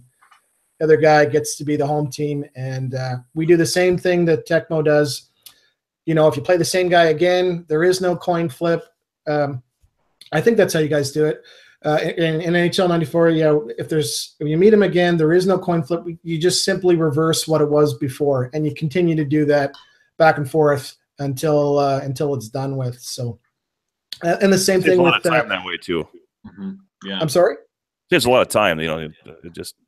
Oh, it's your turn now. Yeah, and the same thing. Like you can't pick the same matchup throughout the rest of the tournament. Now I know last time that was pretty hard for me to monitor. So yeah. I mean, I think this time in Vegas, we're just going to tell people, on our system, don't call the same matchup. If you really want to check to see if a guy did, then yeah, we'll have it. You can go to the booth and find out, but we're not going to. That one there is. I'm not going to worry too whole lot about it. You know what I mean? Because it's just too much time in a day. And in the end, you're still picking even teams, so the better guy's going to win. Yeah, I think the hockey is a little. There's less disadvantages and advantages compared to Tecmo. There can be some real buzzsaws you walk into. Hockey, there's less. I mean, you only got 5 guys on the ice plus the goalies. So, but. I think in 94, the biggest thing, especially on the Genesis, is understanding how the game is broken through the use of things like CB checking, the weight bug, and understanding that you want to have the default lineup is not the way you want to go. You want to have players with good shot power and accuracy in the center position, that sort of thing, as opposed to like Gretzky is actually not a very good center. He's a very good wingman, but he starts as a center for the Kings. It'd be an example of just going in raw, not those little things like that. Another example would be if you have a heavy player and you want to check with them, you have to switch away by quickly hitting B to another player after you initiate the charge check by hitting C. So it's little nuances that are just the average player just isn't going to pick up on. That's a good point, Troy. I'm not a Sega guy. I'm a Super Nintendo guy, so I don't dabble into the Sega version very often. But I want to just disclaimer before, just because I know this doesn't make me any good at NHL 94. I am terrible. I am terrible. So the one guy I was mentioned to you earlier, Smaz, he's the one that actually found the coding inside the game to say, that the heavy guys, the light guys, you can't knock them down, and the heavy guys knock down easy. It's and they call it the weight bug, right? Which was what Troy was talking about. So everybody focused on, we need to get lighter players out there. It changed the strategy of what teams you picked. And then another guy figured out, well, okay, I can charge with a heavy player at that player, like Troy was saying, and then at the last second switch off, and the momentum then carries it through like he normally would. So then Lundros could knock over Theo Fleury versus the other way around, as an example. So matchups in Sega, matchups in Super Nintendo are completely different. Pittsburgh in the Genesis, Pittsburgh in the Genesis version, even though they're ranked 75, most guys will put them way down on the list. Whereas in Super Nintendo, hands down, they are the best team. Not Chicago, oddly enough, they are the best team in Super Nintendo. So it's a big different dynamic there as well. So that's a good point, Troy. Hey, I got a question. Okay, so I'm a guy, maybe I'm in Vegas already, and I'm on the fence on going, and I wanted to train the next couple weeks to not look horrible. What should I do? Watch King Rass videos. NHL 94 strategy. Okay. That was I think that's what it is. That's a website by King Raff. He basically did an entire breakdown, at least on the Sega side anyways. I don't think he's put any Super Nintendo content of, ways on how to score, play defense, just the whole package. I mean, everything is there. Okay, I want to move this along a little bit here. So we're going to talk about the documentary here. So Mikey, tell us about the Pixelated Heroes documentary. If you could just let all the viewers know exactly what it is, what led you to do the project, and for those of us that aren't going to be able to see that screening, how are we going to be able to see that when it goes out live? Well, I'll bring you back to the beginning, because I think from doing the documentary, I realized that all of us, depending if you're playing football or NES or Sega or Super Nintendo, everyone's quite a bit similar, got the same story. And what happened with me was I was in college, like 2005, and you get the nostalgia bug like everyone does, and you go down to the used game store, and we were going to actually get a Nintendo 64 to play GoldenEye, because we're sitting in class, and everyone's the best at GoldenEye and fucking slaps only and all that shit. Golden gun. Yeah. Oh, yeah. So we went there, went to the game store, and like the 64 was like $60. The game was like $60, and each controller was like, the prices in Canada are ridiculous. Prices of the controllers, I think, were like 30 each. We dropped a lot of money. And then when we were doing checkout, I looked over and I was like, oh, fucking Sega. I'm like, frick, man, NHL 94, man. I love that game. And like, I hadn't played it for like 3 years, but back then that would have been a lifetime. And so I was like, oh, let's go in it. I looked over and there was a stack of them, and there were $1.50 each, a stack.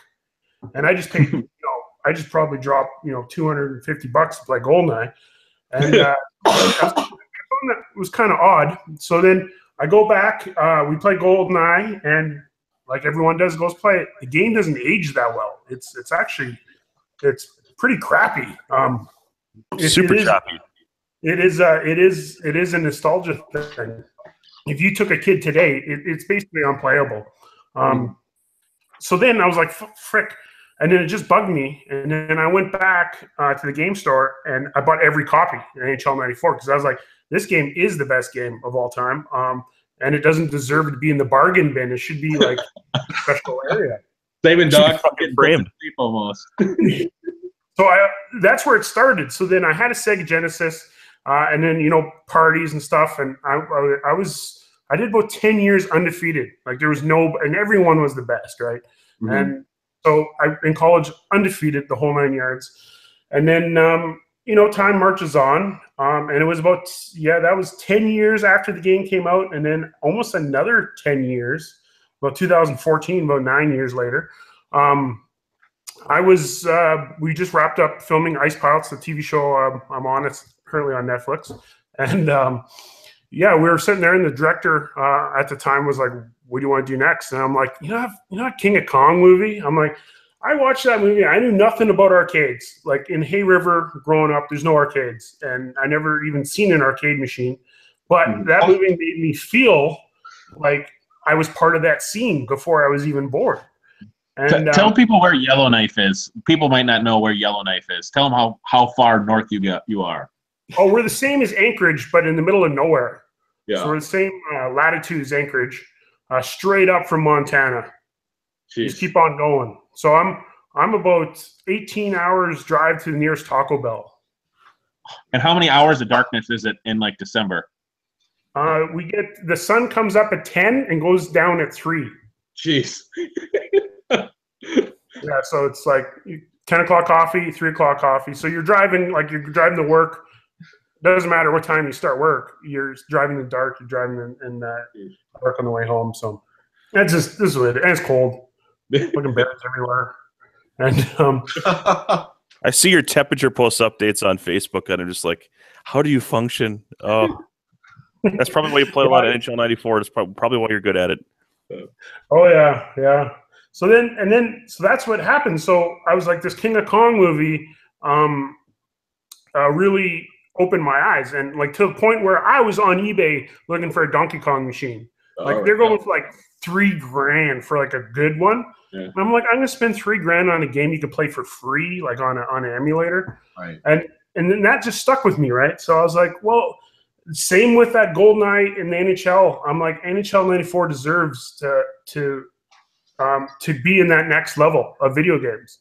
And you know, we all know sports video games are the bastard child of retro video games. They're always in the, unless it's stadium events, it's always in the bargain bin for cheap. You know, NHL, FIFA, Madden titles that are 2 years old are basically worthless. So that was that's what really drove me, is like, there's video game people and then there's sports video game people, and they're not really the same. Like, we're stronger nerds. We're stronger nerds. Yeah, exactly. Like, and that's weird because it's segmented, right? Like, we're in our tournaments, we're drinking beer, we're having fun, and like getting a little bit trouble. And because that's the clientele. That's who we are, right?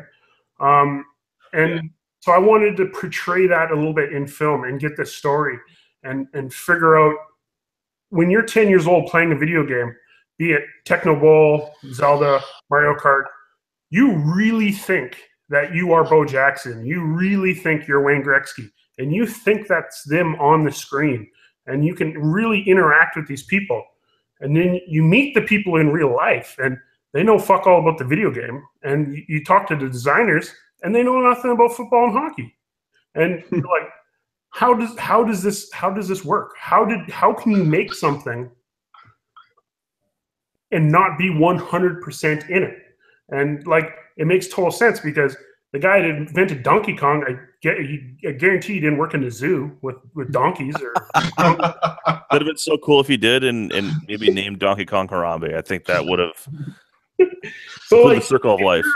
If you're making a video game about wizards, you don't have to be a wizard.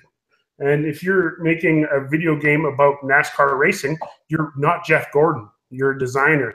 And to go behind the Wizard of Oz, that curtain, and figuring out how this stuff is actually made, and then telling it in a way that, not like preaching to the choir like us, but like your girlfriend or your wife or your mother-in-law could actually watch in a format that is like that. So that was the biggest challenge, because the stuff that is very interesting to like Darrell, me, and Troy, and all the guys, is like stuff like the weight bug. And we talk for hours about algorithms and little things like that. But ultimately, because we're running out of things to talk about, because we've been playing the game so long. So anything new is amazing to us. But for the people outside, what are they interested in? And they're interested in, because they're looking at us, 30, 40-something-year-old guys playing a shitty video game that goes for $1, and everyone's going crazy. So how do you invite those people into that world? That's what the documentary is about in a long form. That's excellent. That's excellent. By the way, it's more like $10 up here, or I should say down here in Green Bay, the game. Well, it's because I've been buying them all. I got collection. He showed me a picture. I think he had about 50 copies of one game. Oh, I probably have 80 copies of the Super Nintendo, and I'm probably running around 65 copies of the Sega, and then all the variants too, the Japanese versions, all the. Do you have still the PAL scoring record? Yeah. Technically, the best thing ever. It's the greatest thing. So I'm in the Guinness Book of World Records. Walter Day put me on a trading card. I got my own 2017 video game champion card. And this whole 9 yards has gone crazy. And I'm the only one with the record. I'm the only one to actually put the record up. You had to go through a bit, like find a PAL projector and everything, right?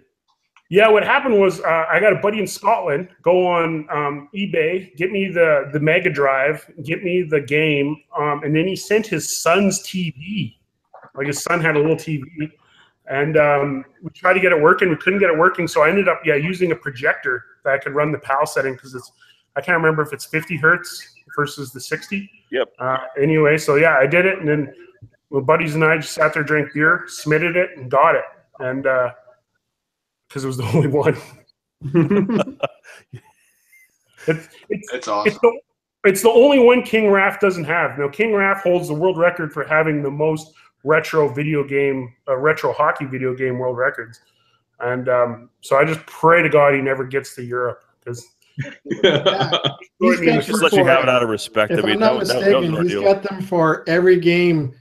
NHL hockey, which is called 92 to most people, 92 right up through 98 on the Sega, and he owns the Super Nintendo one on NHL 94.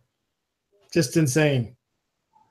Yeah, it's quite funny. And so he's the one who told me I was in the book, because he's in the book every year. And then you open it up, and he's like, "Mike, you're in this one." I was the best anyway. So nice. So anybody that's got a Mega Drive that's listening in Europe, you could probably destroy my score and be the champion. So bouncing back to the documentary. So tell us about some of the places you got to travel to and the different personalities that you got to meet, different players and other influencers in the game. Well, I was very lucky. The best thing about NHL 94, and this, like, the movie couldn't have been made 10 years ago, because we all been in our early 20s and no one would have even took us seriously. And now being 30, everybody that played the game is now a manager or, higher up in their career than they would be in their 20s. So it opened a lot of doors. Like, saying the term NHL 94 actually opens up a lot of windows, or a lot of doors, as to say. Sometimes you got to jump out of windows. But yeah, it's the weirdest thing. It's the weirdest thing.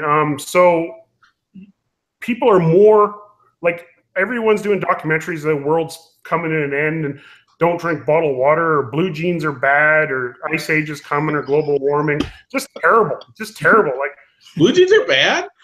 Oh man, like, turns out the world's coming to an end. I'm like, well, I guess there's about like 4 hurricanes, but anyway. Yeah. So regardless, when you're doing a documentary that is something unique and something that is that creates interest, like, people are like, "What are you doing?" So I basically, almost every single person I looked out and asked, I got.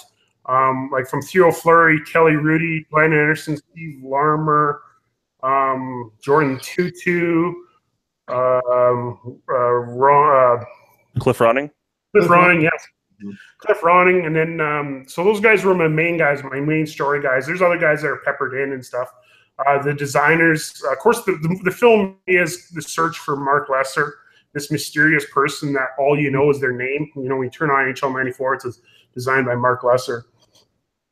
So the whole thing is trying to get to him. And on the way, Jim Simmons, who's the godfather, he made Madden, started FIFA, and of course NHL series. He's a college dropout that created $1 billion industry. And then Armory Wong from Super Nintendo, and then Michael Brook, the founder of EA Sports, and then and then some other guys, like some media guys from back in the day. And then, of course, at the end, getting to talk to Mark Lesser and getting his versions of what happened, because everybody, there's no real clear story of everything. Everyone's got their own little snippets, so it's pretty cool. A lot of people. So during that travel, without giving us maybe any spoilers, things that you don't want to give away, what would be your most memorable moment that we'll end up being able to see in the documentary? Well, I'll do 2. I'll do one that makes it in and one that doesn't. The one that makes it in was, I didn't have an ending to the film, and it really bothered me. I had tons and tons of footage. Like, behind me here, I have a bookcase just full of hard drives. I have like almost 4 terabytes of footage. So there's a lot of stuff. And I didn't have an ending, and I was trying to figure it out. And just watching the footage, the ending was there. I didn't know I had it. Busy filming and not busy enough listening. And actually, that was probably the coolest moment, is like, oh my God, I had the ending. Which was like, I knew instantly, and my editor, we knew instantly. So of course that's the end of the film. And the thing that doesn't make the film, but I won't tell you guys yet, is when I finally found out why there's no fighting in NHL 94. And the real reason, and of course it does have to do with the NHL not wanting it in, but there is an ultimate reason why it was chosen to be. The game was called NHL 94, not NHL PA 94, which was its development name, because they had fighting in almost right to the last second, and the ultimate reason that they pulled it was very interesting and very forward thinking. We're going to answer on the Q&A after the movie, but it doesn't actually make the film because there's no real interesting way to tell it. And if I can come up with a reason or a way to do it, I might put it in the film. But it's just from a layman's point of view, it's like this is the only version with no fighting. The NHL didn't want it. That's case closed. But there's actually a bigger reason, which is cool. So. That's that. Okay. We're going to have Michael Brook, the founder of EA, and the producer of all the NHL, the Madden, all those games. He's going to be there at the tournament. He's going to be the referee, and he's going to be sitting with me. We're going to answer questions after the movie and all that fun stuff. And then we'll tell the story about how he told me without even him knowing. I know I'm speaking very cryptic because I just don't want to give it away. Nope, we don't want to give any spoilers. There's obviously some benefit. So if I understand, those that go to the tournament in September here will get to see a screening of the documentary. Well, just listening to Mikey talk, I'm really really interested in this documentary now. So, is there going to be a physical copy you can purchase, like DVD? Well, what I was gonna do was I was gonna run a Kickstarter. Because I was at one version of the film, I actually had a lot of NHL footage from the Rangers winning in '94. Because we're playing hockey with Steve Larmer and Glenn Anderson, who won the cup in '94, and I was actually bouncing some footage back and forth. And then that footage was probably going to be like almost $30,000 to use like a minute of footage, which is like a brand new car. So. I got really creative and found a workaround how to show it without actually showing it. And I was going to do a Kickstarter, and then the Kickstarter would have been for DVDs. But right now, as it stands, it's probably most likely going to go straight to iTunes. And then I'm going to have uncut interviews, like the hour-long interviews with all the designers for the hardcore people. Because the people in the forums actually sent me the questions to ask the guys. And so like I traveled all the way to some town in by Los Angeles to find Jim Simmons. He dropped his kid off at swimming, and he said, "You had 1 hour." So I had my questions, and I filmed for an hour. That whole interview movie, because it's just nice and quick. Of course, no one would watch that except diehards, but iTunes has a setup now where you have the special features, and I can put the uncut interviews and even gameplays, like sitting down and actually playing NHL 94 with people from the game, like the physical hockey players. There's a lot of cool interactions that happen that can't make the movie. So yeah, it's all going to live on probably iTunes. DVDs and stuff right now is kind of a dead medium, really. We'll see. I was kind of thinking what would be cool is to make a VHS version and just have it download. Yes. Sold. I love it. If you could go Laserdisc, that'd be great. Ooh, Laserdisc, yeah. Laserdisc. Richard. I wouldn't. That Michael Soroka there from behind or settle on the screen went over to his house because he's in the film in Detroit. And I first walked in his house and he had Face Off on Laserdisc. I'm like, you're my hero.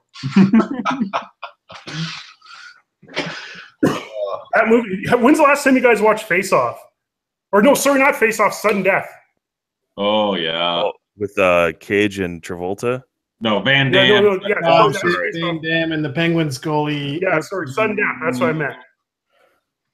That's a brutal movie. I watched it the other day, and they like shoot the grandma. I'm like, you couldn't do that nowadays. Like bad guys just hit grandma in the face and she's out. Now it's like bang. You're like, what? The 90s were messed up, man. Sure. Nice. So, Mikey, if you can catch us up with what's going on with Ice Pilots and what your fans can expect to see from you in the near future. Well, with Ice Pilots, we're on Netflix right now. Season 1 and 2, season 3 hopefully is coming up pretty quick. There's of course 6 seasons total. So yeah, we're just working on. I do a lot of the updates on the Ice Pilots fan page there on Facebook, doing live videos with Chucky, the cranky mechanic, and I. And we'll see. We got a bunch of things that are in development right now. When it comes to television, History Channel in Canada is really, they're always trying to get us back on TV.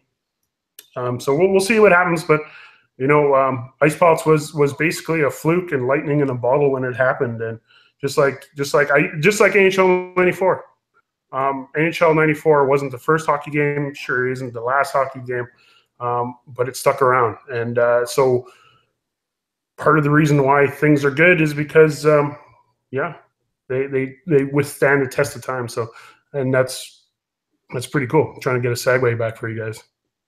Well, for both Mikey and Hailfax, after this tournament wraps up, is there any plans for any Canadian regional tournaments in the next year or so? Always. Well, yeah. Well, Hailfax is doing tournaments. I'll do a little quick little story. None of this would have happened if it wasn't for Darrell Hailfax there. He was the first person to reach out for me at the NHL '94 forum back when I was thinking that this movie would just be a YouTube movie. And then I called him up. I was like, hey, do you guys ever do tournaments? And there was some local guys. And I was like, let's do one. Let's get together. And Darrell, he's been amazing. He's been, organizing all the major tournaments for us. And and it's kind of cool because the NHL '94 community, no one really met each other. So when I flew to New York City, and then the founder, Evan, and John Glass, and King Raff, they all lived right next to each other, and they never met. They knew each other for 10 years. So it's very fortunate that I got to go around and bring everybody together. But none of that wouldn't happen if it wasn't for Darrell's Saskatoon tournaments down at where was that first bar called there, Darrell? All I did was collect TVs and Nintendos, and that was it. It was called. You're doing the Lord's work there, just so you know. Yeah. What's that? Collecting TVs and Nintendos, that's the Lord's work. Yeah. Do you know what was funny? I posted an ad on Kijiji, which I guess is similar to Craigslist in the U.S., and I just said, hey, I need some CRT TVs for free. And then, within a couple minutes, I get all these people saying, yeah, you can have mine, come pick it up. So I bring them all down there, and then I start hooking them up, and they're all crap. So we actually just ended up using the TVs that the bar had. So I just threw all the ones in the dumpster before I left. So we didn't even end up using the originals anyways. Yeah, if EPA ever wanted to bust us, follow around retro gaming tourneys and just go to the dumpsters afterwards. There's tons of lead in those dumpsters. There's always something that fails once you transfer it. Those tube TVs do not transport particularly well. So, or you got a bunch of beers in you, and you're like, I ain't taking this fucker home. I'm just leaving it. Cause cancer to some local wildlife or something. Yeah. So, well, you guys, do you have any other questions for King of '94 guys here? I have one question for Darrell. It's you're offering 10,000 in cash prizes. How's that going to be divvied out between the two tournaments? I'll let Mikey answer that because he's got the breakdown of it actually. Okay. Yeah. So what we're doing, we did the math already. I think the Sega person is going to get, the winner's going to get 33% of the entire registration pot. So every single dollar that comes into registration is going to the awards. Myself and the casino are flipping the bill for everything else. Like we've got after parties and pre-parties and the screening and all that stuff. So I think it was 33% for the winners of each, and then the next ones I think were 14, and then I think it was 5%. I forget for exactly, but we wrote it out there, Darrell, on the website. Yeah, that sounds about right. Yeah, so that if people aren't confused, obviously that money is split between the two systems. So Sega's going to have their own prize pool, and Super Nintendo's going to have their own prize pool of that. If that makes any sense. So that's why when he says 33%, he's talking about of the overall amount, but I guess it would be more like if you were a Sega player, it'd be like 66%. Does that kind of make sense? Yeah, so basically there's a higher cash payout for the Genesis tournament. No, it's identical. Like it would be identical. Like if one person signed up for Super Nintendo, they're going to get the same first prize as if everyone signed up for Sega. Oh, okay, I see. So it's 33% for each player. So and then 33 covers overhead, et cetera, whatnot. I would assume marketing, et cetera. Yeah. Yeah. Okay. Yeah. It costs a lot of money. Yeah, exactly. Yeah, it's going from Yellowknife. I know you own some planes there, but I can't imagine that's a cheap process to want to get product there, stay as long the whole nine. I can't imagine as I can't imagine you're making money on this. Is my point? No, Christ, no. A lot of this is a thank you, because I would say a good 30% of the people that are going to be there really help me with the film and help the community and everything like that. So really a lot of that is the tournament is a big thank you. The first tournament was kind of for the documentary, getting everybody together, filming the whole 9 yards. And this is kind of like the thank you tournament. So that's why we didn't do it last year. We skipped a year. So I could have the movie done so people can watch it, play, win some cash, and then we'll see how it all goes. It's like a little family now, which is really cool. So we want to do it every year, Mikey? What's that? I said we want to do it every year going forward, right? Well, we're not doing it. We could do it a lot more efficiently. Yeah. But I'm just kidding. I just put you on the spot there. Oh no! Like the first one was amazing. Like like what you're saying. Like they're fighting for that $700. Well, I had to go to the bank machine and pull out that $700 because I blew all the money. Because that place I had to buy $2,000 worth of chicken wings. Jeez. Oh my god. Because these places, what they give you the place for free, but you have to do a minimum spend. And the minimum spend was, I think it was $1,000 on liquor, which wasn't fucking hard. $2,000 on food. So I just bought a whole crap load of chicken wings. Luckily, Vegas is covering all that right now. They're sort of covering it, but it's a little bit weird. But we got some sponsors, which is kind of just me. But well, it's going to be good.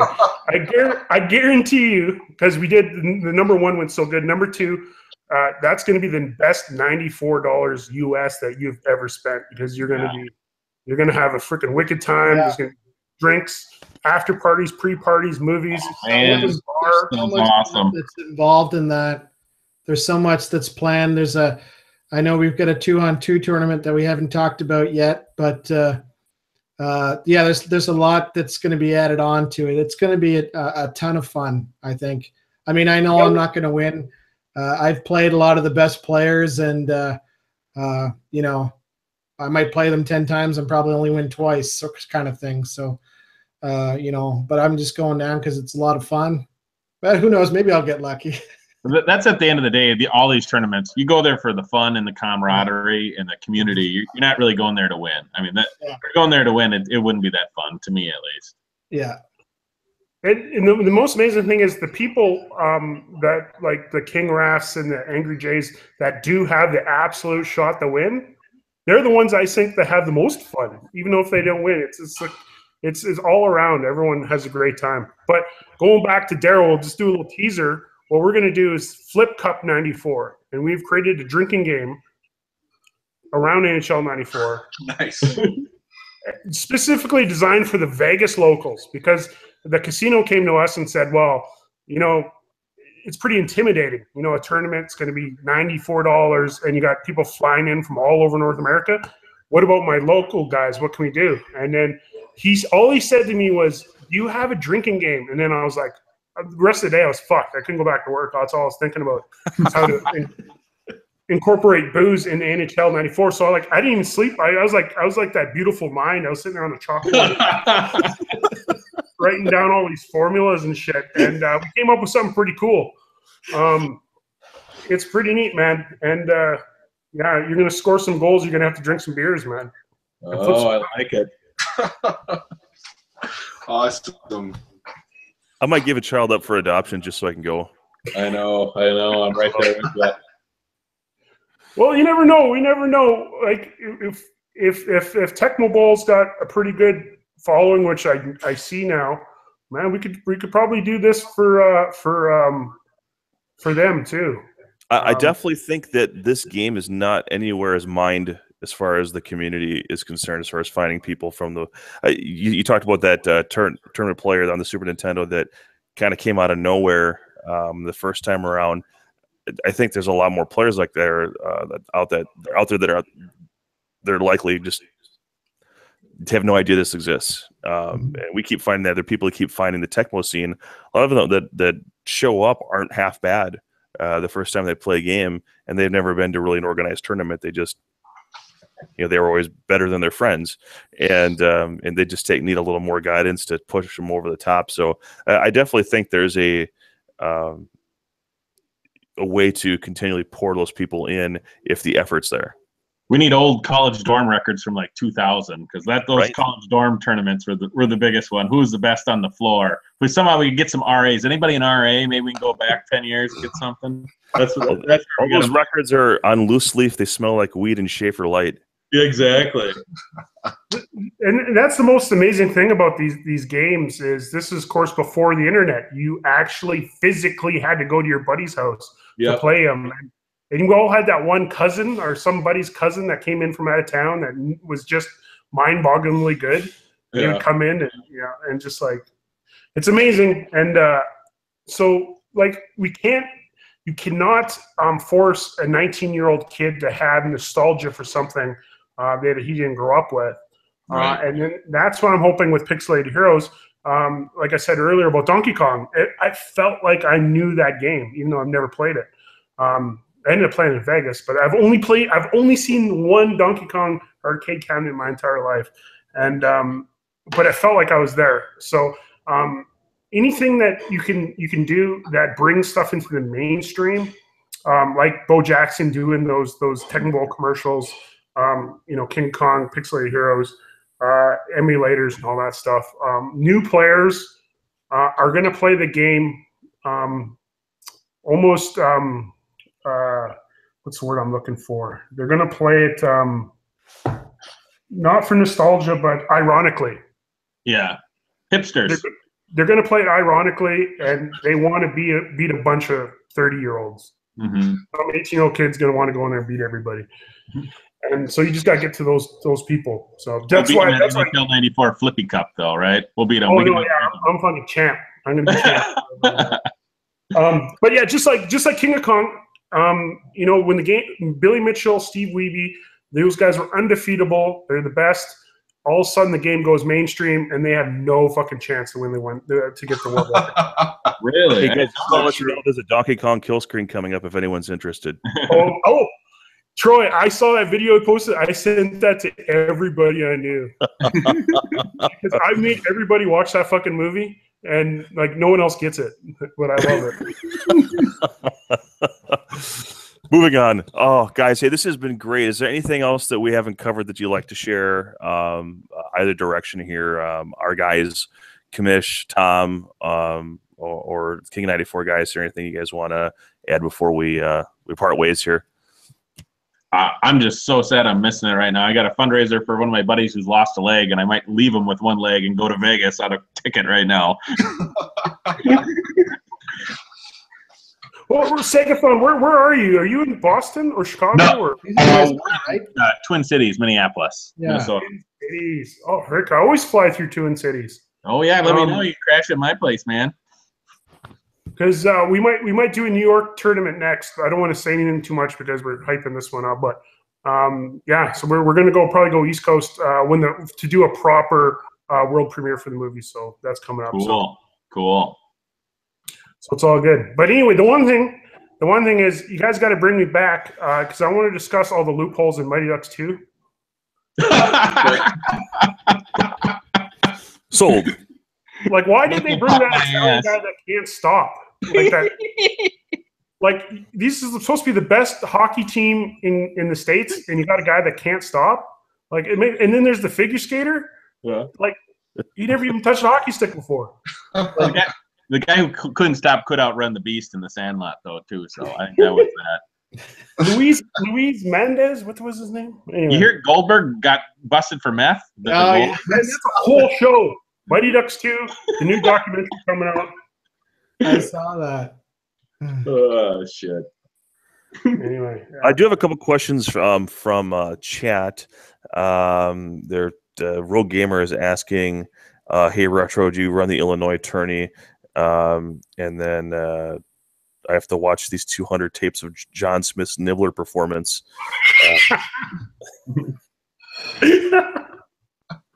Oh, I love that reference. So they're asking if I run the tournament for Tecmo in Chicago? Yes. Yes, I do. If you're talking about the one that's at Michael Anthony's Pizza in Berwyn, I'm running that tournament October 14th. I don't think anyone else is running Tecmo Super Bowl tournaments in Chicago right now. So, okay. And then, so what is the next game tournament? So there's some of the chat is it's not specifically directed at in one individual. But I think that was the one question, just to get the. I knew the answer, but I thought I'd let you to answer. So, well, guys, thanks for joining us here on the show. It means a lot. We'd like to circle back with you once the tournament's done. I'd like to hear how it went, and you can give us your perspective on the experience. Oh yeah, well, thanks for having us. Yeah, sounds good. Thanks. And real quick, Darrell and Mikey, is there anything that you want to plug? Your YouTube channel, Twitter, Facebook, anything? Of course, I got everything, all the Instagram and all that stuff, Twitter. It's just all Mikey McBryan. Yeah, you can check me out on all that stuff. And what, Darrell, what's yours? Big, sexy Saskatoon guy? Saskatoon guy 1, I think, was there. Someone already had the first one.